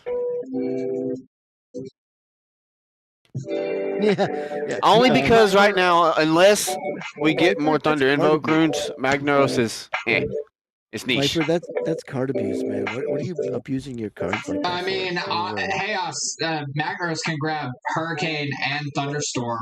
And No, yes, RC3. but again, there's not a lot of Thunder Invokes, and it can grab Race to the Top, yes, but with it only being limited right now, there's not a whole lot it's grabbing. There's not a whole lot it's Magnaros is, grabbing, but it still fuels Rabbit, and it still can fuel your Ascension plays in Thunder. I would definitely more than likely put it, if I was running it, put it in my Thunderstorm deck just so I can find those Thunderstorms faster in a sense. Is that because Magnaros has a magnetic personality?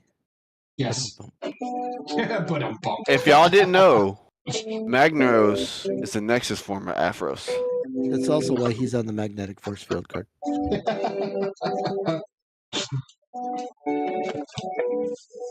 We got a good haul.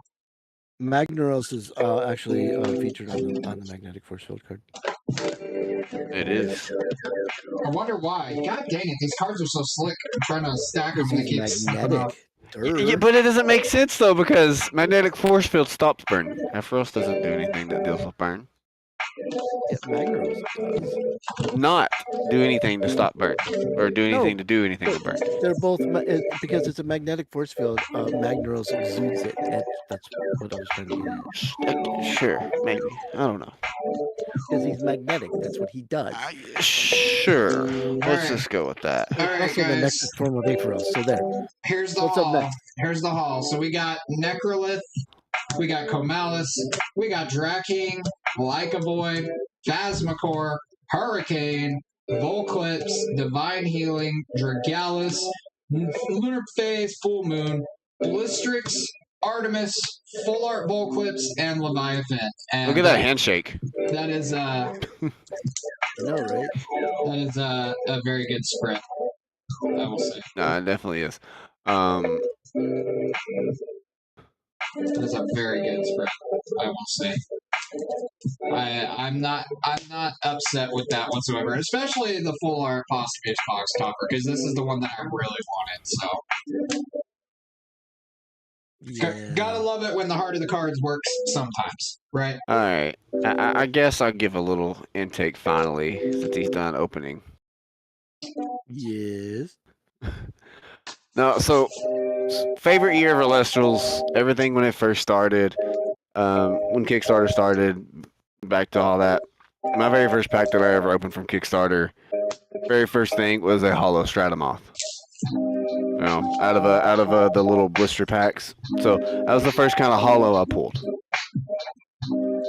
Started getting into the box toppers or the booster boxes of Kickstarter.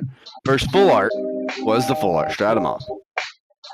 I was like, okay, this is nice. This is nice. Now we got into first Stellars being pulled and bugs. So it's like going back to Graves' statement of pulling water for his stuff. He should be a water player, but yet I'm a fire player. But I was opening all wind. And then when the tournament series started, my first Stellar was the Syracuse. The Syracuse. And then finally the other day, as I posted it, have y'all seen, I finished the Stellar line by pulling a Stellar Stratomoth. So I like playing Wind. That's why I'm very excited about Windgen. I might go back to the whole Stratomoth thing with some Windgens and see how it works out. I might cook up something funky there. You're gonna play the Windgen engine? I'm gonna play the Windgen engine with some moss. You know what I mean? I might try to cook something up with that. I think that would be an interesting thing to do. So I find that interesting because in the beginning with Kickstarter, with the original Kickstarter for the release of Elestrals, right? I got my box was mostly water, and I'm like, I'm a fire player, not a water player. Why do I have all these water cards? You know, I'm like, no, I don't want to do that. You need to answer the call. That's what you need to do. No, Yeah, I don't. no. I'm just gonna evaporate all the water. And then my first and another from the Kickstarter stuff, I ended up only buying like 2 Thunder starter decks, right? And I do like Thunder. Thunder is like one of my second favorite elements before Lunar and all that was Lunar and Solar was in Vision. So like my top 5 is Fire, Thunder, Solar, and Lunar, and then Wind kind of falling in right there. But my first Stellar pull for my Fire was the Comagma, and I got it in the Shatterstar stuff, and I was like, yo, no shot, like that's insane. So the Fire's first Stellar was the Comagma. Just go with the flow. tell him, Helen. Right. Join us. And then my Thunder very first Stellar being my second favorite with the 2 starter decks, like I was saying, I pulled the Quackle. Out of 2 starter decks, only about 2 starter decks from Kickstarter, and the fact that I pulled a Quackle on the second one was like insane. I'm like, okay. Quackle Stellar is really good. Dude, the pink duck, man, come on, like you can't go wrong with the pink duck, man. Like you can't. The pink duck, bro. I love the pink duck. Now, granted, I don't like the turkey chicken. I don't like the turkey. I don't like him. even though it's a swan. But I think it looks like a turkey. Yeah. But It's a turkey swan. it's a turkey swan. But I don't like the turkey. Jameson likes the turkey. He actually, for a fire play, does a really good job of playing thunder. It must be the stuffed turkey. Yeah, I like Imperial, and I actually took it as a challenge to play it and try to prove to people that it's not a bad card. It's actually a pretty good card. And I did that. I accomplished that. There were people who were like going and playing Imperial now that would never have considered it before, simply because I played it first. Definitely. I will say this, guys. If y'all have any input, thoughts of how to, even though like everybody knows I make some crazy decks too, but if y'all got some inputs and thoughts on how I should build this Wenjin Engine Moth, I will gladly take inputs from the community because y'all are just amazing, anyways. Well, I know Helen's got a lot of ideas. So. Helen, I'll even throw a Scent Harbor in there, some way, form, or fashion to make you happy. I think you should do your kitchen sink deck, and just throw some Harbor in there just because. No.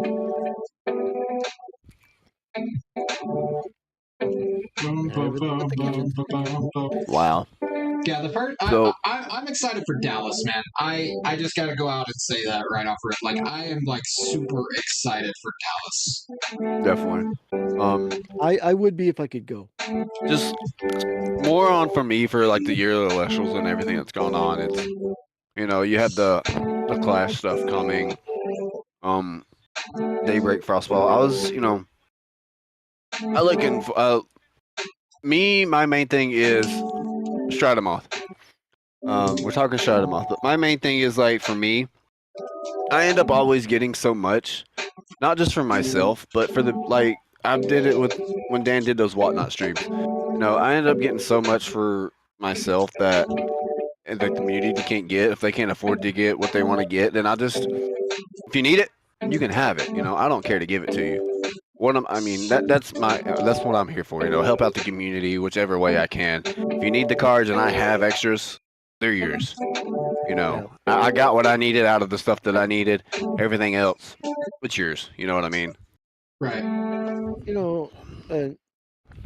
was thinking, about the whole thing of it, and I just happy to be here. I mean, like even though I don't get to go to Dallas because I have other obligations and I couldn't afford to go if I wanted to anyway. I just think that the culmination of the Year of Elestrals, and I think it's all coming to a head with Moonrise completing the year because Absolutely. with the release last year right around this time of base set, and then this year the last set of the base set arc is being released for just in just a few weeks, right? Actually, it's being released tomorrow. Shipping should start tomorrow. So So yeah, you know what I meant. But I mean, just saying that the culmination of that 1 year of Elestrals that is base set through Moonrise, that is everything. That is the base set. That is the base starting line of Elestrals, and from that point, there's gonna be so many things coming down the pipe that's gonna be so exciting with the new sets and whatnot, because we have all the elements now. Yeah, we have everything. Definitely, right? And we're only just getting started. And definitely just getting started. Like I mentioned earlier in our about how Dallas is the first ever in-person event for Elestrals, and I honestly feel outside that of everybody that's inside of Elestrals, I honestly feel like everybody, the community that is gonna blow the roof off this place. Yeah, it's gonna be so amazing. It's gonna be insane. I plan on vlogging the whole thing. Me and Babs are meeting up. We're gonna do a pack battle with the packs that we are gonna get from, buying our ticket. So we're gonna have that going for us.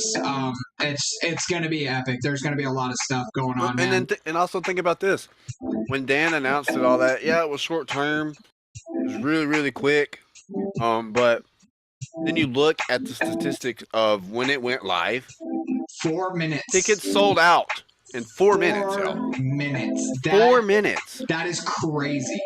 Granted, that the capacity was only 128 players, but the fact that everything sold out. Yeah. in 4 minutes. It's insane, man. They had to open up more slots because there was such a high demand for it. Like that's They insane. ended up having to figure out how to open more slots just to do this, and that's insane. Yeah, and I'm all happy for it. I mean, if I could be there, I would be there. So yeah, I'm so happy you guys have embraced the media portion of it. Of when you're not playing, you're going to be showcasing, recording video and audio and stuff like that about it. That's awesome. Just to speak on that, Viper, I know you're not around in my area exactly, but Elestrals did have its first event on the East Coast in Atlanta this past weekend. They had 30-something players sign up for it for the very first in-person event, official event for Elestrals that way. It's still technically an Elestrals event, but not like run by the Elestrals team. But it's so far right now, it's the largest in-person event for Elestrals. 30-something people. And That's cool. In the Midwest, honestly. They're gonna make the rounds. But it was in man. Atlanta this past weekend. I think that they're gonna make the rounds, man. Like they already had the demo day up on the East Coast a while back when right before Frostfall released, which was really cool to see. Dan showed up and they had a bunch of people that were interested and all that, and like they did what was it, Too Many Games in Philly last year as well. Dan had a panel that was live, so everybody could watch technically, yes, it was last year, but honestly, it was only like 3 months ago. So I mean, 2 or 3 months ago. Too Many Games was like that was summer of last year. That was before Daybreak. That was before Daybreak.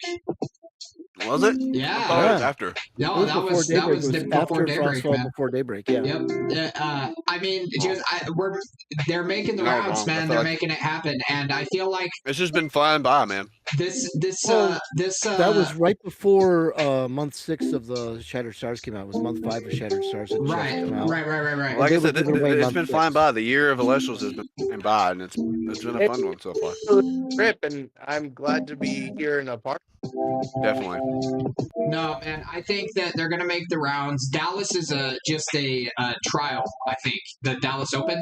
I think that even they didn't expect the sales of the tickets and like so many people to be showing out in full force for that, which is really cool to see because they're hosting it themselves. I'm sure that it's costing them more than what they're going to be making from it, but that is the spirit of Elestrals. They're wanting to give to the community and make stuff happen. So I feel the pricing for it, just signing up in general, the pricing for just signing up.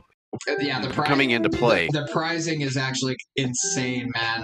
It's insane. It's ridiculous, man. I had to hop on the Stellar package. I was like, that's too good, bro. That's too good of a damn deal. Like I cannot pass that up. So, I was blessed to be able to snag a ticket. Me and Babs were like, that's like the most hype I've ever been. Like me and Babs were on a call together, like just freaking out, like, oh my god, that it's not loading. Are we gonna get there in time? We got our tickets and we were like, yes. And then we were just checking out the pricing and whatnot. And then we saw that it sold out and we are like, damn, 10 minutes. And they were like, no, 4 minutes. We were like, what? Yeah. Like, it was incredible. I've never been a part of anything like that, to where like I have to be there, ready to go, ready to nab the ticket if I want to get there, man. Like it is insane. I'm so excited, man. It's gonna be a blast. They're gonna have a lot of of course, it's gonna be the whole day for the tournament. So like me and Babs are gonna be occupied most of the day, but it's a good thing that they have day 2 for Top Cut. So like if we don't make Top Cut, then we have day 2 after a full day of playing to go and enjoy all the side events, and go to the artist signing, all that good stuff. Like Babs, you can bring foamy fishing for your side event, man. What's really funny is that the pain that you felt about, oh my god, that went in 4 minutes, is basically the same pain that Gen Con attendees feel every year when they're trying to get housing. That housing goes like nothing. It's done, in mere minutes because I'm not gonna lie. That feeling like that is a feeling we when the PlayStation 5 came out and finally being able to get a PlayStation 5 score one of those, man. That's the like your feeling for that is kind of like matches that feeling of hey, I finally got to like get that PlayStation 5 because they were like going out like it's nothing. The other thing is like this is the first event like this that I'm ever going to be attending. Like I've never been to like Gen Con and like Too Many Games and like Card Party or anything like that. I've never been to those type of events. Neither have I. Like that's on. So this is like super exciting for me to see what the Elestrals team can like cook and put together, man. Like I'm super excited for this. It's going to be a lot of fun. I'm going to put it out there to you guys.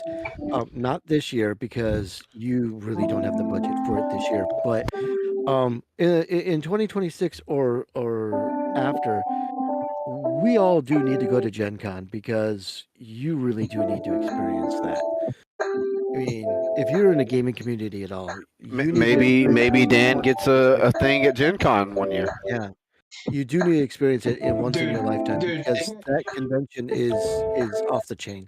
I definitely had the chance to go to an event last year in Dallas last summer, but like I didn't have the ability to be able to make that, which was unfortunate because I was staying with my sister-in-law and she lived literally 15 minutes away from where it was at. So I was like, damn, that sucks that I didn't know that this was going on. I think y'all will, Helen. I think y'all will. I'm intrigued to see what kind of side events y'all get to do. But I think y'all will get some nice side events that will be fun. I think so too, Helen. I think that the side events are going to be cracked. I know that Dan and like members of the staff are going to have like a play session. Like they're going to have set aside time to where like they can play with members of the community. We can try to get the divine rune from Dan. I really appreciate the fact that they're doing it in 2 days for those that are actually participating. That way that we have the opportunity to be like, okay, I'm going to go meet Dan. I'm going to go play Dan. I want to try and get that A-Drive Divine because, like, if we're in the tournament all day, there's no opportunity because we're going to be just all day just, wrecking out rounds against people, and your round may wrap up early, but that's the thing about in-person events is you've got to be punctual. You got to be on time because things are going to wrap up and you're not going to be there. And, it's stuff like that. So, like, I'm just happy that even if you get into the Top Cut, you guys are still going to be doing the podcast thing. Absolutely. Yeah, it's going to be a blast. I've got some things that I need to figure out exactly how I'm going to get it done. Like, I don't think I want to set up to record the games that I'm actually playing, but I do think I'm gonna do wrap up after each round. Like, all right, round one, didn't go so well for us. We lost 0-2 in round one, but that's all right. We're gonna pick it up. We just pulled off this amazing play, and kind of like a step by step. A vlog like, here's the venue. We're with people. Go up to like Helen, Dan, Wirtz if he's able to make it. I think there's a few other members of the staff that's going to be there. I think Tailwind said he's going to be there. It's going to be really cool to actually meet him. This is just so exciting, man, because this community is just so like we're just so glued together, man. Like we oh, that's not too bad. Like I think that we're so connected within each other, and like being able to actually meet everybody in person, it's going to be awesome. Yo, sweet, good. I'm super excited to meet both y'all, Helen. Team Wirtz will be there. What do you know? That's actually super sick. I think. And you get to meet Wirtz, your hero. Wirtz is my hero. Wirtz is everybody's hero, man. Come on. Wirtz is speak for yourself. Wait. Wirtz is a hero. He's not my hero. He's a hero. A hero. He's a hero. We don't know which hero he is, but he is a hero. He's the fruit. He's the fruit hero, man. Yeah. Yeah, he's king of the fruit. Babs, what are you most excited about for Dallas, man? Oh my gosh, there's just getting to meet everyone in person is going to be fun. It's also going to be so much fun. Getting to play physical with everyone, seeing everyone's love and enthusiasm for the game just exuding throughout the entire event. obviously there's several videos planned. We have certain things that we're planning for the videos, and like there's things that we have planned for the future that you guys will get to see, and it's gonna be absolutely amazing. But for me, it's just I get to enjoy the atmosphere. That's just something I can't get at home. LGSs, while they are great at it, they're smaller. They're with your friends. They're cherish with you. They're Yeah. the people you can connect with. But this is just a whole nother world. This is going to be Elestrals fans coming together collectively for the love of Elestrals, man. Like, Fruit best deck. That's right, man. Life changing. I don't know about fruit being the best deck because I play fire and fire burns down forests. So Well, I'm just saying because Wingo said yeah, fruit is a good deck. we're introducing to the best deck. So hey, best deck fruit. hey, Well, I would guys! think that fruit Hot, is a hot good deck. take, hot take. Moonrise's best deck in format is Tireless Fruit. Fight me. By the way, I will say that fruit is a really good deck. It is one of the better ones out there. That and it's Guys, hold on. The best deck is. So We just had the man, the myth, the legend, the music creator for Elestrals, Tailwinds. Join the chat. Tailwind, say hi, buddy. Did somebody say party? Yeah. Oh, Tails, what's up, my guy? it's not a party until it's a Tailwinds party. It is not a party. Tailwinds party. The music, oh man. I'm ready to hear all Moonrise music, man. Where is it at? Thank you. I appreciate that. But I'm just here to have a good time with you all. Hey, Tails, you're going to Dallas, right? What are you looking forward to at Dallas? My biggest thing that I'm looking forward to is just the fact that I get to meet so many people that are going in person for the first time. It's always great to be able to talk to people in a voice call like this, but there's something more magical about seeing people in person and doing what you love the most. I agree. Makes sense. Tails, Eclipse asks, when do we get the lunar theme? Yeah, when do we get the lunar music, Tails? See, I'm not even going to joke when I say this. I've been wrestling with that in my head for the past week now. And it's been winning. You know what? Let me ask if I can upload it on YouTube tomorrow. Well, there you go, because the release date. set officially releases It's release to the date. You know world what? I tomorrow. should be able to. I mean, yeah, technically official release for the world is tomorrow. So Yeah. So for now, we'll say tomorrow, but I can't guarantee it because I haven't even made the video for it yet. So I'll do that tomorrow, and I should upload it. I don't know what time. But yeah. Oh, and also glad to see you're feeling better, Tails. I remember you saying like a few weeks ago or a month or so ago you were really bad sick. So glad to see you're feeling better as well, man. I'm still a little sick. So I've been sick for this entire month. It's been the longest I think I've ever been sick, and I'm That's no back in bueno. much better shape. Thank God. Hey, hey, that's all that matters. Better shape, feeling better. So we were asked a question earlier, about what our favorite moment from the Year of Elestrals 2024 was, and I'd like to get your take on that, Tails. What do you think was your favorite moment of the last Year of Elestrals? Yes, let's hear it. I want to know as well. I'm very intrigued. So I would say it's two different things, and I'm going to put them together because you can pretty much sum them up as the same thing. So the first one is when LGS started getting Elestrals product in, and we were finally able to start hosting tournaments. At my LGS in particular, it's been an incredible time.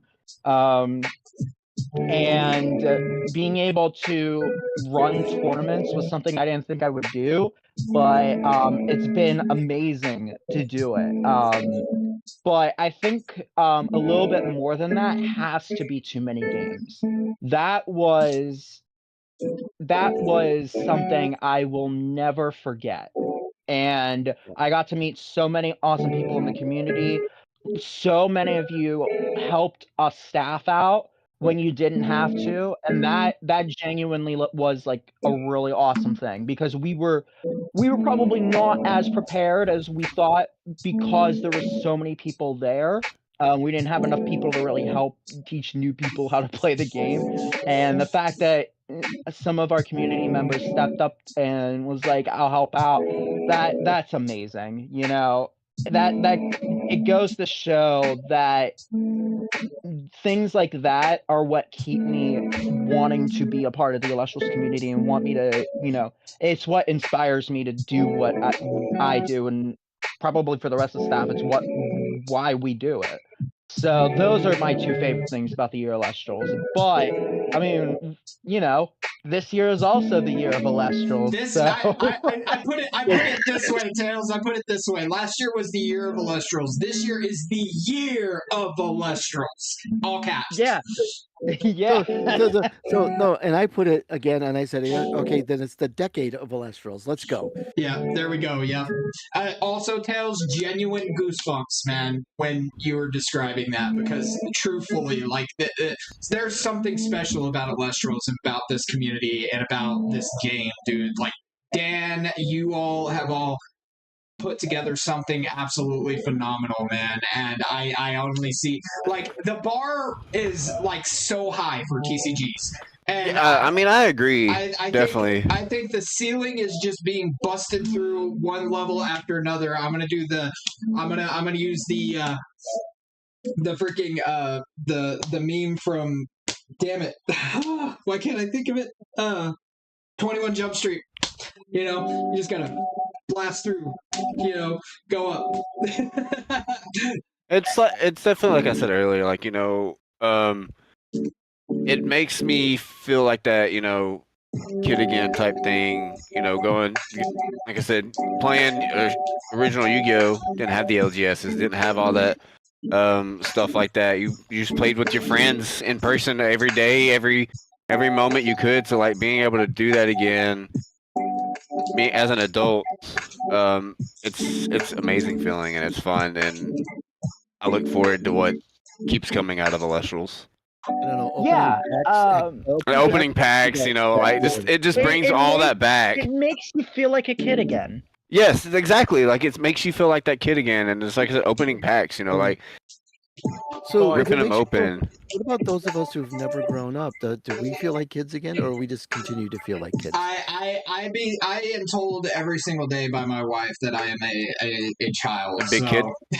Big man, baby. So, like, you're a child with a mortgage. Yeah, basically.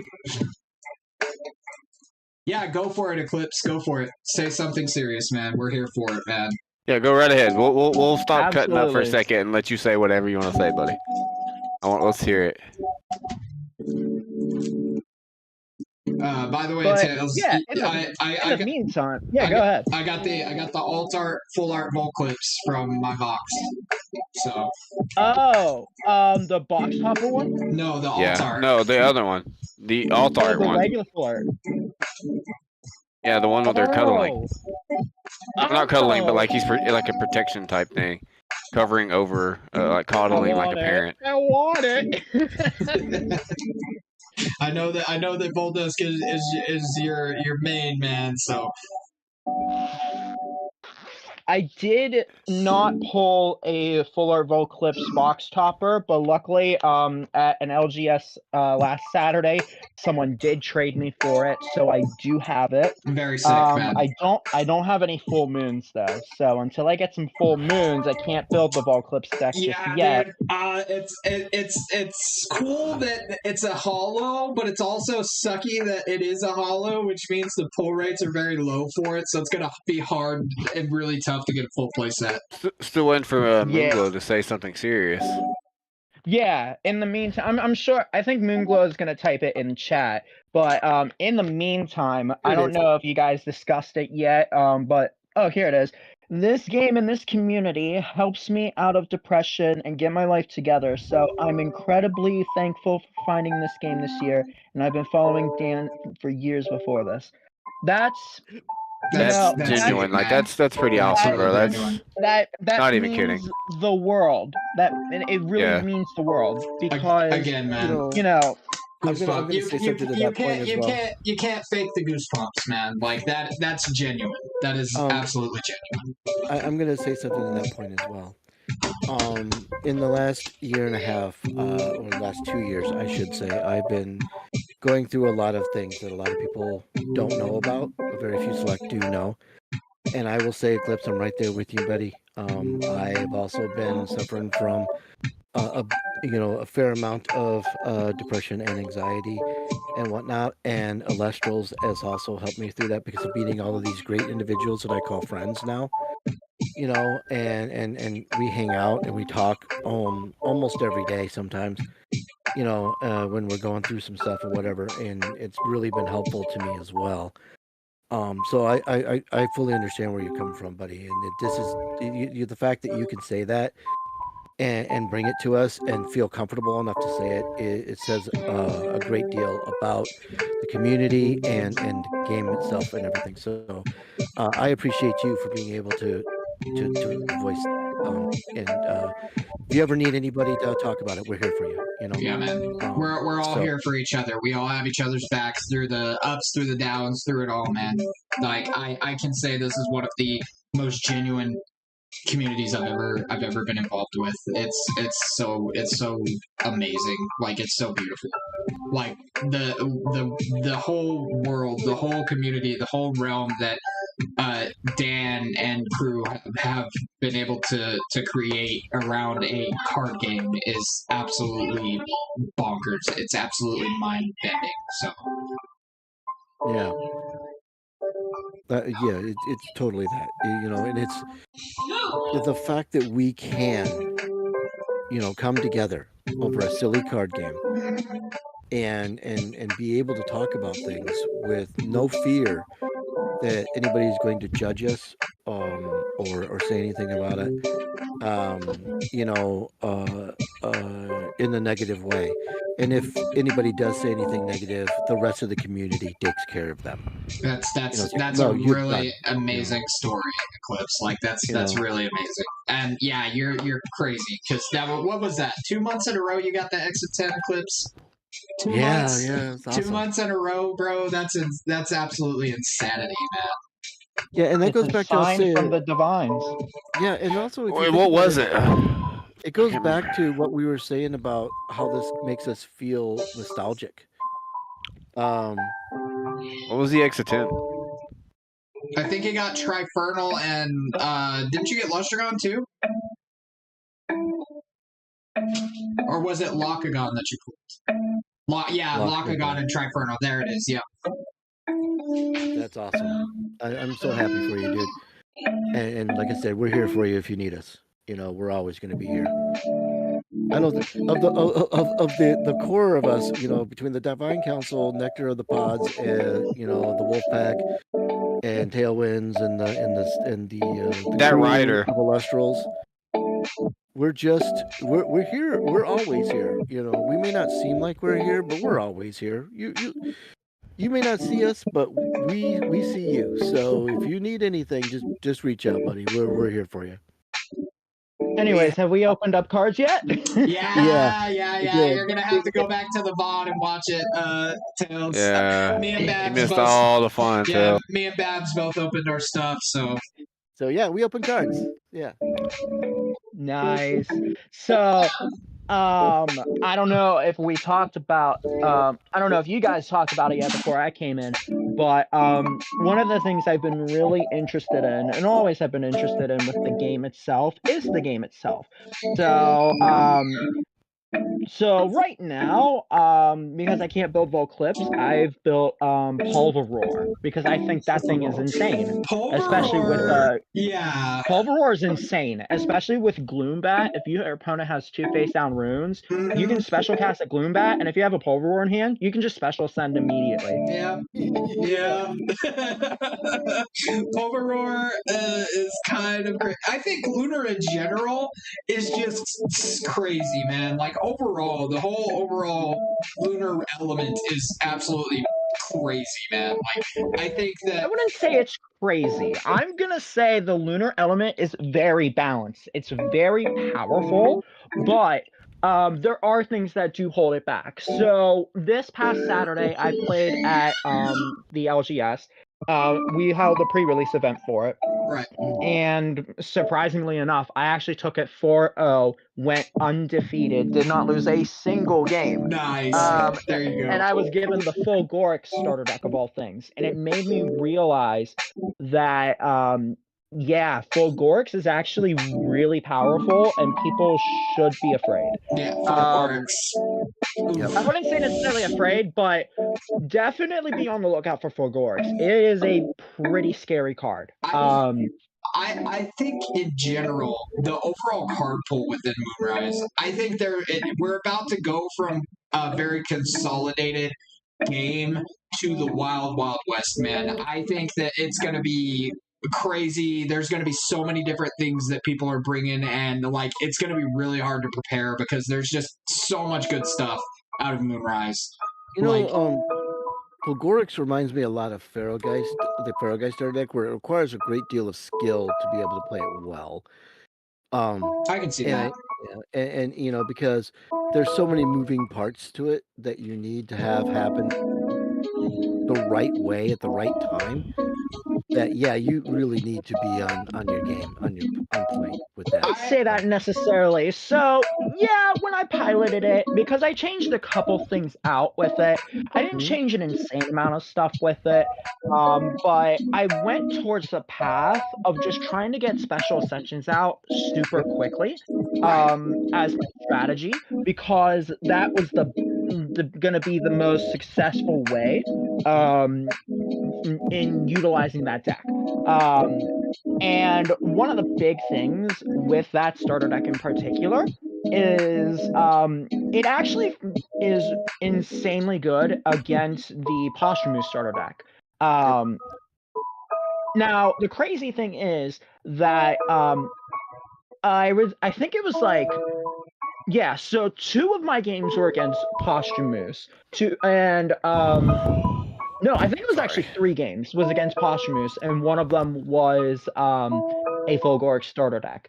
And the interesting thing was that I think Posthumous has potential, but I don't see it having a ton of success. And the main reason, which I'm sorry, Bex, art's beautiful on it, but the big thing is that Fawnlet is very, very good. It is a really, really good card. However, Fawnlet is weak to suppression. And with Moonrise having so much suppression being relevant, it makes it not as good, because all you need to do during your turn, if you're sitting there, like I had like 1 or 2 games where legit my opponent would have a Fawnlet on board with 2 Artemises in play, and it's at like 8 to 10 defense. Right. And the strategy that I would implement then was just suppressing. I would try to get out Artemis as soon as possible, and suppress them and then take them out. Because they're not really going to try to do anything else afterwards, and realistically, they're not going to switch their Fawnlet into attack position to go into it. But that is to say more so, the real question I was having was like, what kind of decks are you guys looking at? What kind of decks are you building and making and play testing? Okay, so I I am at a dilemma. I'm at a crossroads because there's so much cool stuff that I want to play that I want to bring to Dallas, and I'm trying to narrow it down. Starbit, numero uno. I think Starbit's going to actually go crazy. It hard loses to So Shield. much. I think it hard loses to Shield, man. Shield Starbit's worst enemy. However, you do have access to Trident, which can pair into that to prevent that. But it does require a little bit more setup, and it is a little bit harder to implement. But I played Starbit because of Shattered Stars at my locals this past week, dude. I got second. I messed up and I misplayed, and I could have come in first with it. But like it performed really solidly overall. I think Moose is going to be very terrifying. I think the main issue with Moose is it's susceptible to Elestral effects. While it can't be targeted by runes and is not affected by rune effects, it is very susceptible to Elestral's effects, which could be a problem because Boombat's going to be rampant. Kindleo still does Kindleo things, but I do think Moose is going to be pretty promising. Ant Titan, I think, could be a really sleeper pick. I think Ant Titan, I think, can really put in some work. Just the nature of Ant Titan and being able to get him out really quickly, I think, is going to be really strong, and just the insect searchability, the natural synergy with things like Spectrus, Viscerus, Rhynymph, Spynymph. I mean, you can even toss in Ignector if you really like, because then you can get a little bit of a board swarm. But like there's just a lot of different things that you can implement with that.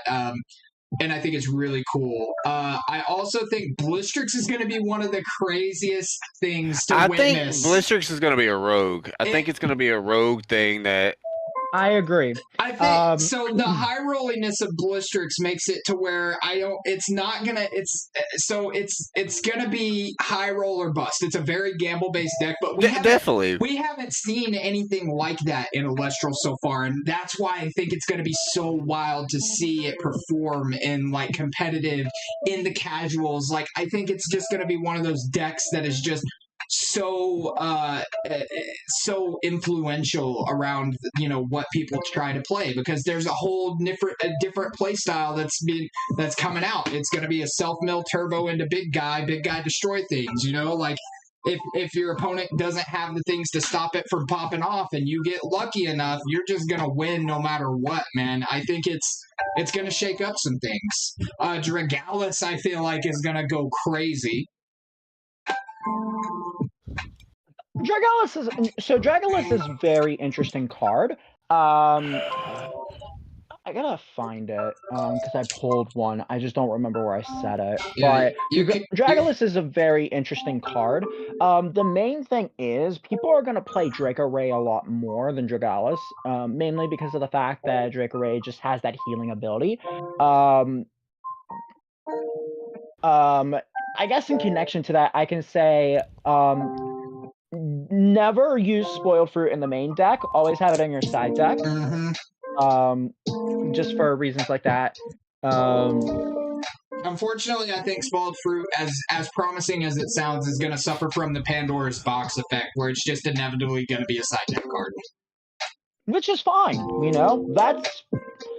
In my honest opinion, we need more cards like that, because for me, as of right now, I don't like the idea of making a side deck, making your main deck become a completely different deck. I like the idea of the side deck just having additional options to kind of change your main strategy just by a little bit with extra tools to help against matchups. So you're not a fan of the smoke screen at all. No, I don't like the idea of a smoke screen. While it's perfectly valid. Me personally, I love game plan decks. I come from the Pokemon TCG. That's what Pokemon is all about, is having game plan decks. It's always fun coming up with interesting combos with your deck and making it flow. I love having flow. Like, in my personal opinion, I don't think 5s is healthy for the game overall because of that. But that's all I'm going to say about that. But yeah, in terms of the Blistrix deck, It has a ton of potential. The main problem is going to be kind of like what the Elastronauts said in their tier list, which is why I don't necessarily agree with it being a top tier deck, Yeah. is that a lot of things have to work to make that deck work. Mhm. And you're relying a lot on RNG. Yes. And we've, you know, RNG can either bless you or curse you, and I Viper. don't think that should be taken into reason. I don't think that it should be discounted for it to be a top tier. I think it should be a road deck. Yeah. Well, it's just the high rolling nature of it that's going to be like, because if you hit, and you 9 times out of 10 are going to win. However, if you whiff, it's going to have that same effect with Celestlio. You remember at the beginning of Daybreak, everybody was hyping on Celestlio. Celestlio is going to be crazy, but the whiffing of it made it where it was like, man, so okay, I didn't get that. There are ways to make it a little bit, a little bit better, and you can do certain things to like ensure more consistency overall in the deck. But like overall, it's just you're gambling, man. Like if you don't mill the right cards, then you pretty much stick in the mud. If your opponent. The thing with Blistrix, I feel like, is you've got to go hard and fast, and if you miss and you give your opponent time to set up, you're pretty much inevitably screwed at that point. So, but it is going to be interesting. Dude, Moonrise is just so crazy. Like the introduction. We've had Gloombat for a while, but now Gloombat is going to be able to fit into like a lot better because of the overall card pool growth, and back row being as meta as it is, because the meta is back row currently. Now we have back row clear cards such as Hurricane, so now the shift is going to happen, and now your opponent's going to be like, ooh, I don't know if they're on Hurricane or not. That threat is going to be looming, so they're not going to set 3 or 4 back row and be set because they have an answer for everything. They're going to have to think, like, if I set this 3 or 4 back row right now and they Hurricane me, I'm screwed, because then I don't have an answer for anything, Yeah, and that's one thing I also noticed kind of with the pre-release tournament. Granted, you're not getting many like rune cards that you want to put face down in those starter decks, other than the main counter runes that people want. Right.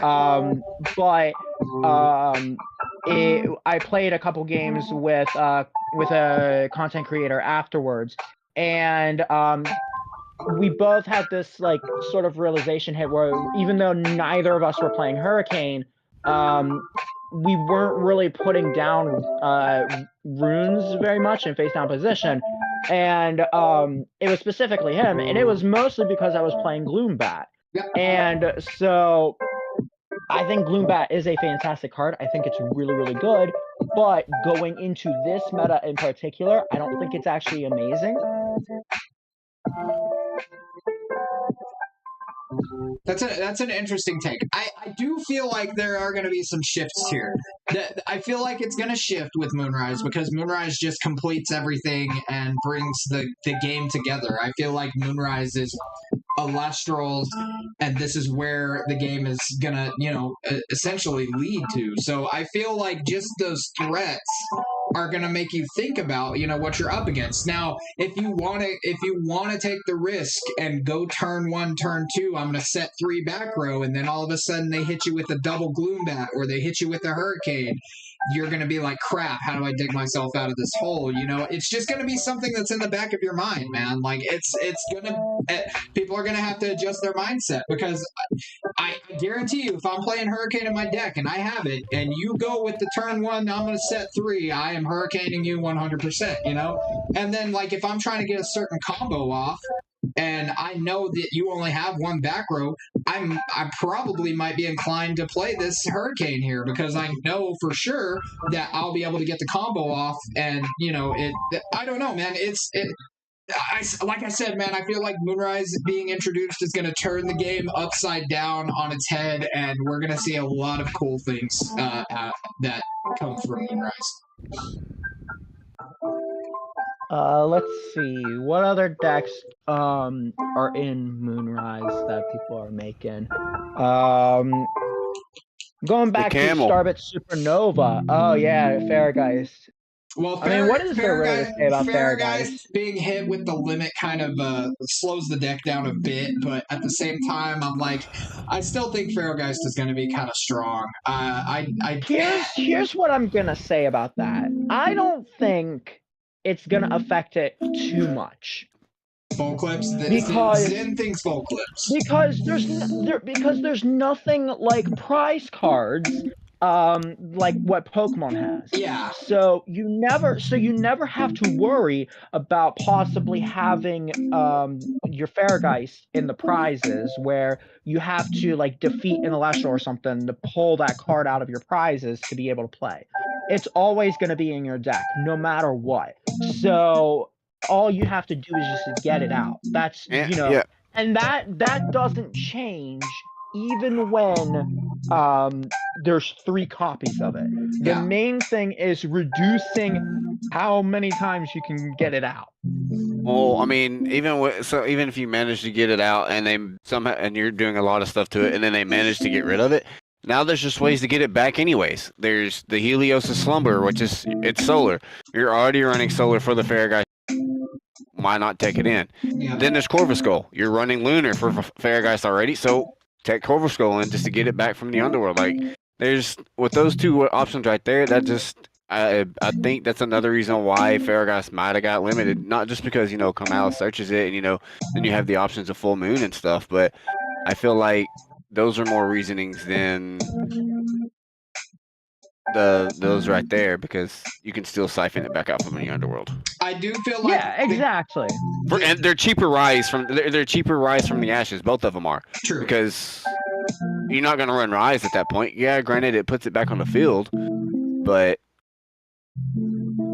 you're gonna pay for it first. Like you have the healing with calf mail, but you have to have the calf mail previously enchanted correctly first before you even heal any lunar at the first place. So I think Volclips is going to be interesting just because I feel like Volclips is going to have a really high skill ceiling. Volclips is going to be I one think of those so as well. Yeah. I think Volclips is going to be really interesting to see how people cook and how people pilot it, because I feel like that deck is all about piloting and knowing when and how to play your lunar phases. And I also think I'm gonna say this best deck in format. I also think with Volclips, like there's even parts of me that you might not even need to run the full lunar phases in the first. Yeah, you might want the effect. Cool, yeah. I just think getting the buff in general is the niche thing to do and go for, instead of trying to go out full out, bounce bounce everything to hand. I just think the buff would be the better aspect, in my opinion, to go for. So the way I see Volclips, and I just thought about this right now actually, is you kind of want to play it similar to Morfrost, if you think about it. Because your whole goal with the Volclips deck is to get different types of lunar phases in the underworld, which is the same method as what you're doing with Morfrost. You want to get a bunch of Morfrost in the underworld, so that way your Abominables, your Scorpios, and your Terrors have a lot of power behind them. Same thing goes for Volclips. It's just a little different on how you go about that method. Now, obviously, Volclips is not best deck in format. It's just my favorite deck, but it reminds me a lot of in the Pokemon trading card game, Ho-Oh generally has an interesting ability where it can basically Monster Reborn itself sometimes, but with different energy types on it too. Sometimes a couple of its cards had that sort of effect, where in Ho-Oh decks, they would call them rainbow decks, where you would be playing different types of energy, and you would just be trying to keep siphoning it from the discard pile and get different energies on the field to be able to boost up your attack and do a lot of damage. This is a similar case with Volclips, where you're going in that direction. So it is a very difficult deck to pilot. It's not easy in that regard. It also reminds me, with Morfrost, I said this before, that it reminds me of Night March, where in Night March, this was back in the X and Y era, that deck was all about getting a bunch of Pokemon in the discard pile with the attack called Night March in its name, in the card itself. and you would use a tiny little Joltik that has 30 HP, and you would use Night March, and as long as you got like 12 Pokemon, or even like 12, 14, 16, you could be doing upwards of like 180 damage, which was insane for the time. It's very similar to that, and it all entirely comes down to the method of how you're getting that stuff in the underworld, because obviously not all the lunar phases are super playable. So you just have to figure out how am I going to effectively get these lunar phases in the underworld, because otherwise there's not really much you can do. Right. I'm so excited, man. Like this is such an exciting time, man. Like, set releases are already exciting, man, but there's something special about Moonrise just completing the whole base set roundabout, before we move on to the next, phase of Elestrals, and the sky's the limit, man. Like, I think Moonrise is just so exciting, man. There's so much stuff from it, and there's even some things that Moonrise introduces that can help previous decks, prosper a little bit more too. So I think I really believe that we're about to experience a shift in the metagame, a shift in the casual play, but overall, man, it's just an exciting time to be in Elestrals, man. Like, collectability wise, the collectability's through the roof. Like, there's all kinds of different cards now, like especially within Shattered Stars. Like, I'm so excited. It's genuinely and just it's so amazing, man. I think a lot of people are like in the same realm. Like, they're just like super hyped. They're ready to get their Moonrise. They're ready to start playing, man. Like, it's so fun. Like, I cannot wait. I cannot wait. So I know that we had a lot that we had talked about what has gone, and we mentioned Clash a few times. But with Clash and beyond, I mean, where do we see Elestrals at this time next year? I mean, what are we expecting to happen over the course of the next 12 months? That's of course you would. That is a loaded question, man, because if you look back on last year, man, like I said this earlier on in the stream, but like, if you would have told me this time last year that Elestrals would be streaming and selling on Walmart.com, I would have called you crazy. I'm like, there's no possible way, man. Like, this is a fun game, but I just don't see that happening that quickly. A TCG player, dude. We got on TCG player last year. Like, just recently. Like, that is insane. We got into over 500 LGS stores and probably still in more. Like, the international distribution is finally being worked on. Like, we have distributors overseas and in different countries now. Like, I mean, the sky is the limit. This year, I feel like we're going to see a lot more Elestrals at conventions. We're going to see a lot more Elestrals hosted, like, in-person events. I feel like Dallas is like the testing grounds for that, to see how that works out and to see how they're going to, handle that going forward whenever they do events. I can see panels popping up at conventions like Too Many Games last year, where they have the booth and people can come purchase the product. A-Drive's handing out stuff to people all left and right, like, hey, come check it out. Everybody's playing each other. It's I see that. I see LGS growth. The competitive circuit is going to grow. The casual player base and their love for it is going to grow. I feel like we're gonna see Elestral start like exploding more so than we have already. Like, and that's crazy to think about, man, because this game it hasn't even been a year since public launch. Public launch was March of last year. And I can, like, we're already in set 4, man. Like, man, I'm just excited. There's so much that is potential. I'll say this, and I'm looking forward to when it actually happens, because Target, when it goes into Target, Walmart.com is amazing. I love it. I love to see it. I want to see it get into Target as well, just because Just everything is in Target. Big box retailers, bro. Just in general, Target, Best Buy, GameStop. Oh, definitely big box sellers in general. Yeah, but I want to see it. You see everything in Target, from the wacky board games to just anything you can think of that deals with something that's fun. And Elestral's getting into Target and getting into big box retailers. I'm really looking forward Viper. to seeing that happen. And Walmart is that first step. Walmart.com is that first step. Yeah. Just getting in that situation. So I'm ready for that. Yeah. I agree. You know, and I think that if we don't get it this year, it'll definitely happen next year. We've got to get it past a certain point, I think, before we start. Definitely got to get past this thing. But we're definitely going in the direction it needs to go in, and yeah. And the other thing I want to say is that we're only going to have 3 sets this year, as far as I know. So we got 2 more sets to go, and we're not going to see another one for at least 3 months, right?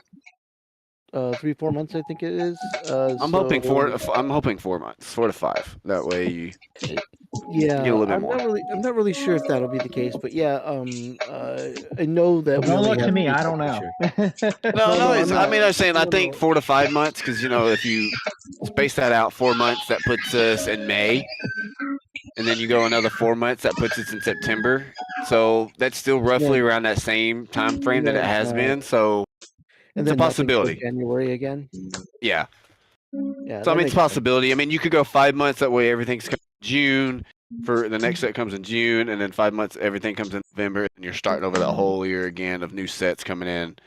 Yeah. January, February, stuff like that, So I mean, we'll just have to wait and see what Dan says. And I mean, again, we know we're getting 2 more sets. When, we don't know, but definitely looking forward to it. Hopefully, we get more lore episodes this year. We got 2 last year, and I'd like to see more this year. Yeah, definitely would like to see more lore episodes. I've finally just recently finished the first episode, so now I got to go get the second episode watched. So yeah. Well, I'm just saying, and besides that, it's like I want to see more of the side stuff get ramped up now that we have a consistent engine run for set releases and all of that stuff. I want to see more of the side stuff. Like more. Clash, of course, is going to be huge this year once it releases, and then we got lore, more lore stuff. We got. But there really isn't anything else new that we know of out there that is being put out by the Elestrals team. They're just trying to make sure the engine is running smooth with the tournament structure and all of the tournament stuff, as well as the LGS stuff, the in-person events. There's probably going to be more of that coming down the pipe. And of course, new cards, because like we keep saying, this is the end of the base set era with the release of Moonrise, right? So then what do we have to look forward to? What kind of things are we looking forward to seeing with this? Because all of our element based stuff is done. What do we think is going to happen next? I mean, it's going to be great, whatever it is. But I mean, it's just so exciting to speculate on what the future holds for us. Yeah, I think that, again, like I said, the sky's the limit, man. We're going in a great direction, and it's so awesome to see. It's so awesome to be here and be a part of that. From the very beginning, and just watching the growth. Like, we're gonna look back 5 years from now and be like, "Holy crap, dude! We were here at the very beginning, man." Like, I can't. I just, it's incredible, man. We're going to be looking back on this and going, I was there for that? Yeah. That happened? Yeah. What the hell? And people are going to be coming to us going, yeah, how does this work? And how does that work? And we're going to be like, yeah, that's exactly. This is how it used to work, but it works like this now. And you're like, really? And you're like, yeah. We're gonna be the veterans. Because of course, obviously, we're gaining new supporters every day. Yeah. Right. New people are coming in every day. They may not be on Discord. but we're getting them in LGSs all over the place every day, right? Okay, Grandpa, calm down. Leo, no Back hits, in just my day. just the typical box rate full art spirit, and then the the 13 to 14 hollows, man. The hollow spread has been really solid. Like I didn't get a single repeat from my box. Babs only got 2 repeats out of his, which I mean, to be honest, that's like it's really really cool to see that, because I really, as frustrating as it is, because I really wish that I got a 3 Blistrix box, but at the same time, it's like it adds to the excitement of the set. Like, okay, I gotta go get more product now in order to get my 2 other copies of Blistrix to play Blistrix. You know what I mean, man? Like it gives you that chase, it gives you that drive, for like something other than just a stellar or reverse stellar. Like, I'm hype that I pulled a hollow Blistrix. You know what I mean? And I want to go get more. It's exciting, man. Really exciting. I think I think this is going to be probably the most exciting arc of the tournament scene that we've seen to date. Agreed. Because Moonrise is the things introduced in Moonrise are gonna really shake up the scene with what people are bringing to games. I mean, all kidding aside, I think that this is literally going to be the tournament season that is going to define Elestrals and what the Elestrals meta could be. Not what it is, but what it could be. Because, if you think about it, look at the number of cards in the pool at this point is just under, I think, 600 with Moonrise. Mm-hmm. I'd have to go back and look at my math, but it's right around 600 cards in the pool. That's not a lot of cards to choose from. It's really not. Over 8 elements, So yeah, there's a lot of cool stuff, but with each subsequent set release, it's going to just get better and better because more options, more choices, more effects, more things you can do with your chosen element, or even an element that you don't normally play and you just want to take a chance with it. Go for it. Have fun with that. Yeah. That's what I do. I mean, I'm a diehard fire player. I will always go straight to fire first. But I still play other decks. I have a Thunder deck. I have a Frost deck. I've got a Lunar deck that I really want to play. So you got to vary it up, because with Elestrals, maybe your deck's not working for you. Play a different deck, see what happens. Challenge yourself. Just keep going, and that's the beauty of it too, because you can do that and still go back to your chosen element of choice or deck or whatever, and still have a good time. Yeah, the pet deck. I gotta say, Starbit's 100% my pet deck. Like I think it has a chance to be very, very good competitively. I just think that it's just one of those decks that's very combo based. But like, I mean, if you're able to pull it off and put the pressure on your opponent with all those spirits on Starbit, I honestly feel like it's going to be really solid. I think that that's probably going to be my deck of choice. I don't know for Dallas yet, because I'm trying to think a little bit more of what will probably give me a higher win rate. What's gonna help me win more games, because I really like I paid quite a bit to go to this event, so I want to perform well. Like I don't. What about your Shivroar? I know that you were really on the Shivroar kick for a while. Did Chivalroar get any support in Moonrise? I'm trying to think. It might have. No, it was more Frost support in Moonrise. So. Because all that was available in Moonrise was the Blistrix line, Aurora Borealis, and Scorpio. Yeah, I think Aurora Borealis is nice. Borealis is nice, but I mean, in all honesty, man, like Frigid Cup does that on its own by itself. I feel like it's a good support for like things like Cataract, and especially Snowlit being a Perceive Elestral. I'm trying to think of like anything that might have helped Chivalry get a little bit more more Nope, not a single thing, because I would have put it in into my Chivalry deck.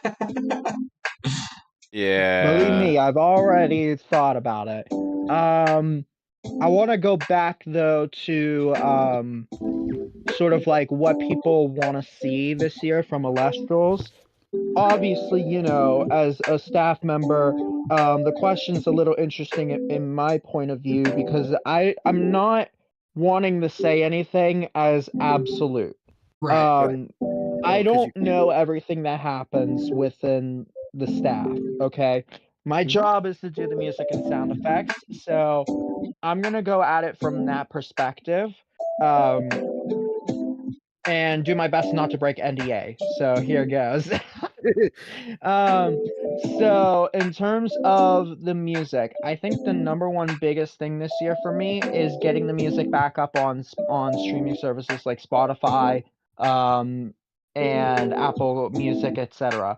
The reason why that was all taken away last year was because we tried to do a Facebook ad, and it got copyright claimed because of the song, even though they own it, which was not supposed to be the case. And the distributor that had the music be released on those streaming platforms did not give me any way to be able to change that whatsoever. So that's why we ended up doing that.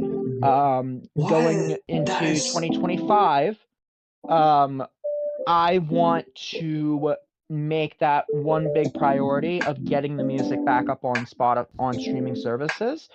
And in addition to that, I want to get more music and more diverse music put on those streaming services. Because obviously, as of right now, all we have are really battle themes. Right. There's calm music. We have calm music. We just haven't had you know, a good place to be able to use them yet.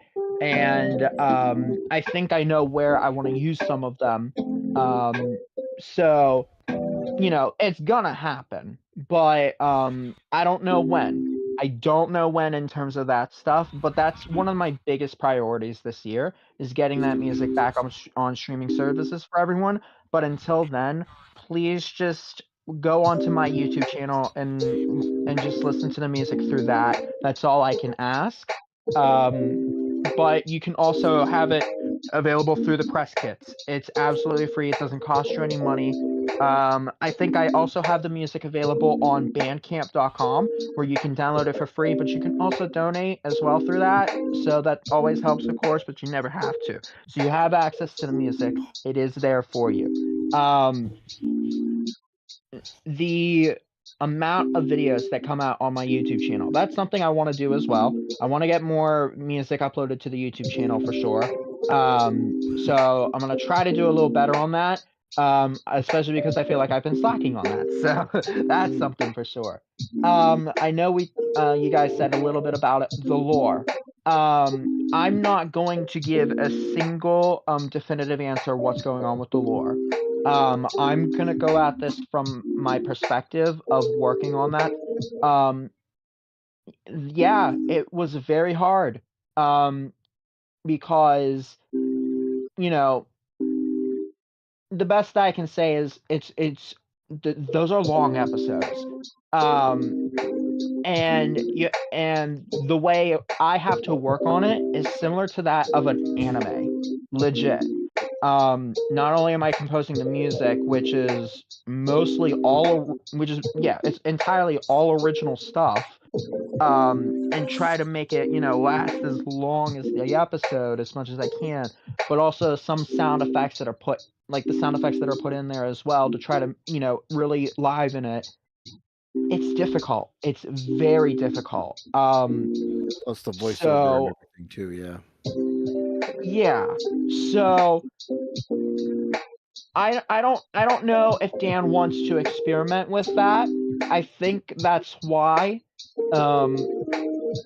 that's been on the back burner, but I'm glad it's on the back burner right now, because we need to prioritize more on making sure everything else is stable before going into side projects like that. That's why we haven't had a normal video game in at all.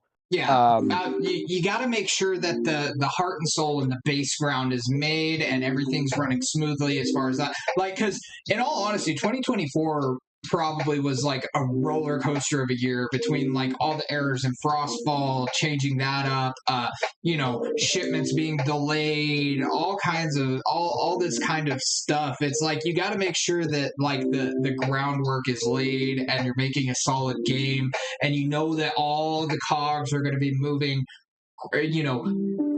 just the way that, fluidly, they're going to be moving the way they're supposed to before you move on to other things and start branching off in too many different directions. Because then when that happens, then you start deviating away from what really matters, And yes, the lore is cool. And A Drive has stated, yes, he's working on, an RPG on the side, but like the main focus is and should be Elestrals TCG.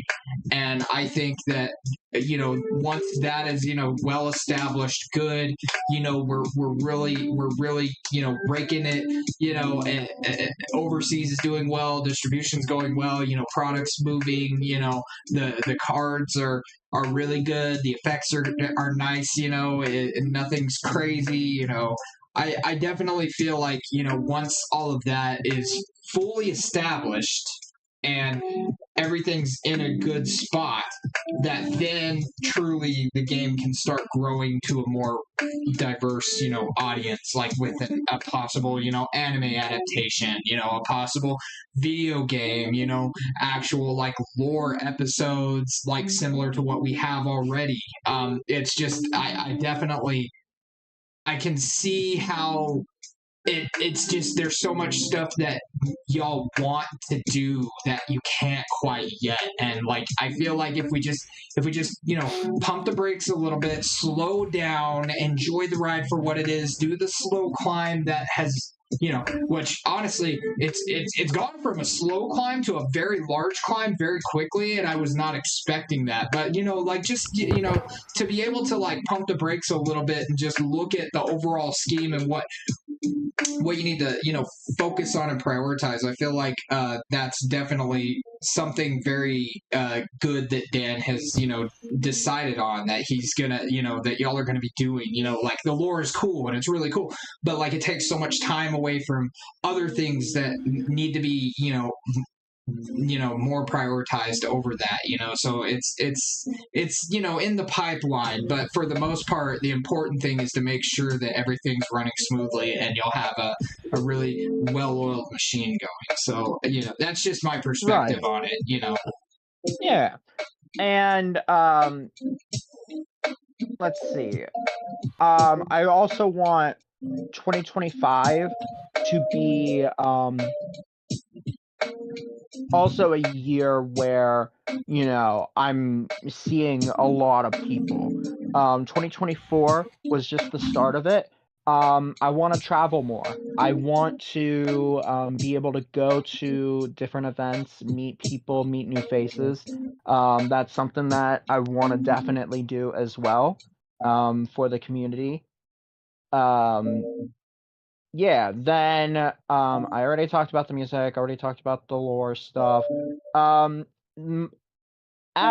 right now, my biggest priority at the moment is Elestrals Clash. 100% it's Elestrals Clash.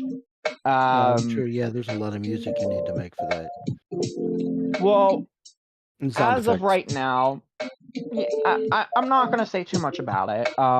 Right. Right now, my current plan is possibly making a second battle theme. So that way we can start, testing the music switcher aspect of when you go into a match and it just does a different track for each different match. I don't know. But I don't know either. I genuinely don't know.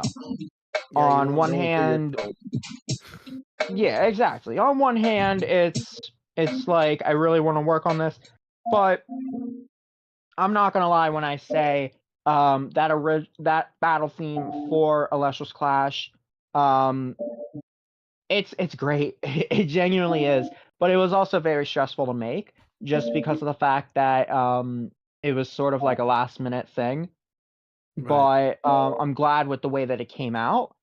The next one, if there is a next one for this alpha/beta, I want to take more of my time on. I don't want to be in a rush with it. I want to, like, I've already been I've already been listening to I've been starting to listen to just more music in general. I've been sort of taking a break from working on music, just sort of like listening to a bunch of different stuff, saving links. I have my own like Discord server where I'm the only person on it, and I just post links of music tracks on there for like artists and different things. Excuse me. That that inspire me, that that's like, this could be a cool idea of a sort of like feel for Elestrals type stuff. And that's I'm hoping to get that all going. As of right now, just life things got in the way for the time being, so I think next month things will be back in order for me to as be they able to do work for on it. all of us, man. Like, I mean, I took a very long hiatus here from content because I've had some issues, with technology and personal stuff going on. I've got the kiddo. She's a lot right now. My audio is not great right now because I'm using a headset mic because my audio interface busted on me, and I got to figure that situation out. But I do plan on like picking up Steam again this year, especially like with Dallas Open coming up, because I feel like I really want to cover that like in a vlog format. Yeah, absolutely.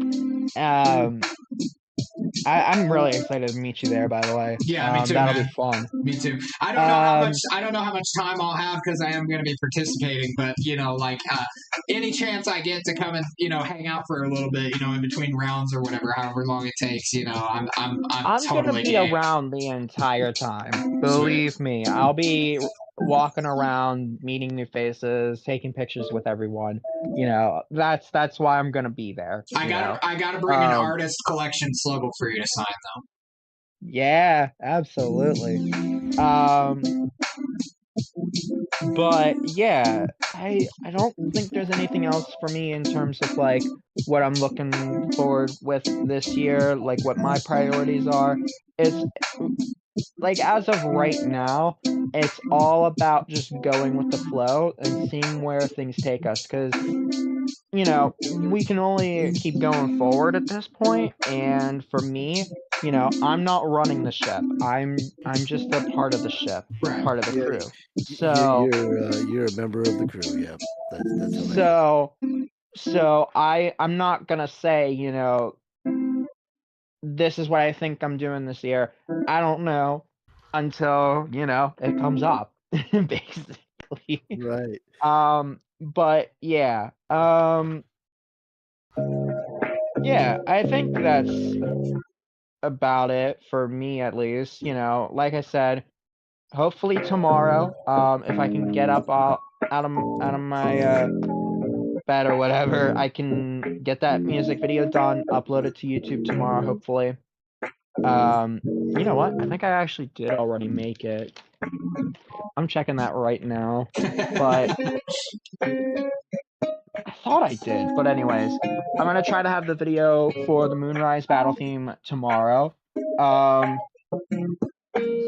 There is another surprise with it, but I just haven't been able to do it yet. So in the future there will be like a second version of it, but I'm not gonna I'm not gonna say anything else about it. Just be really excited for that second version, because it'll be very different. I'm excited, man. And then yeah, I like it when you change lanes with your music, man. It's so cool. Just 3 in the morning. Okay. Okay. All right, I have been told that it is time for the stream to wrap up, guys. This has been a blast. Thank you guys for taking part. This has been really awesome, really fun. I've really enjoyed it. I've needed to, do more content stuff, and this was really awesome. Moonrise release, unboxing, talking about how epic of a year we had last year for Elestrals. But thank you guys once again. Thank you for everybody who tuned in. I really appreciate it. Give me a like, give me a subscribe if you haven't already. The whole spiel. Selfless, shameless plug, whatever. share it around. I'm still trying to get to 100 subs, so I got to make more consistent content in order to get that goal. So, anyways, thank you guys.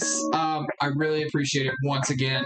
Is there anything else y'all would like to say before we wrap this up? Thank you for being you. Yeah, thanks for having us come on and be here with that. Because as also a group of podcasters ourselves, we've been kind of slacking as well because of various things. But we'll get back to it, and hopefully we can get you those 5 extra subscribers to get you that 100. Let's go. Yeah, and maybe we can get our numbers up as well. Go check out the Divine Council on YouTube, and go check out their Patreon, correct? Yep, we're on Patreon and on YouTube currently. Yep. We should be back on Spotify soon. We're just running into some issues with that right now. So we're working on that. Also, if you're interested in the tabletop RPG, reach out. We can talk about that. Lots of things going on. And also, we're here to play games too. So, if you see me live somewhere on the VC and you want to play a game, come on by. I might be able to squeeze you in. Yeah, we'll definitely always be available if y'all want to chat. Go follow. Be sure to like and subscribe to Tailwinds as well. He's here on YouTube, like he said, with all the Elestrals music, including his own personal stuff.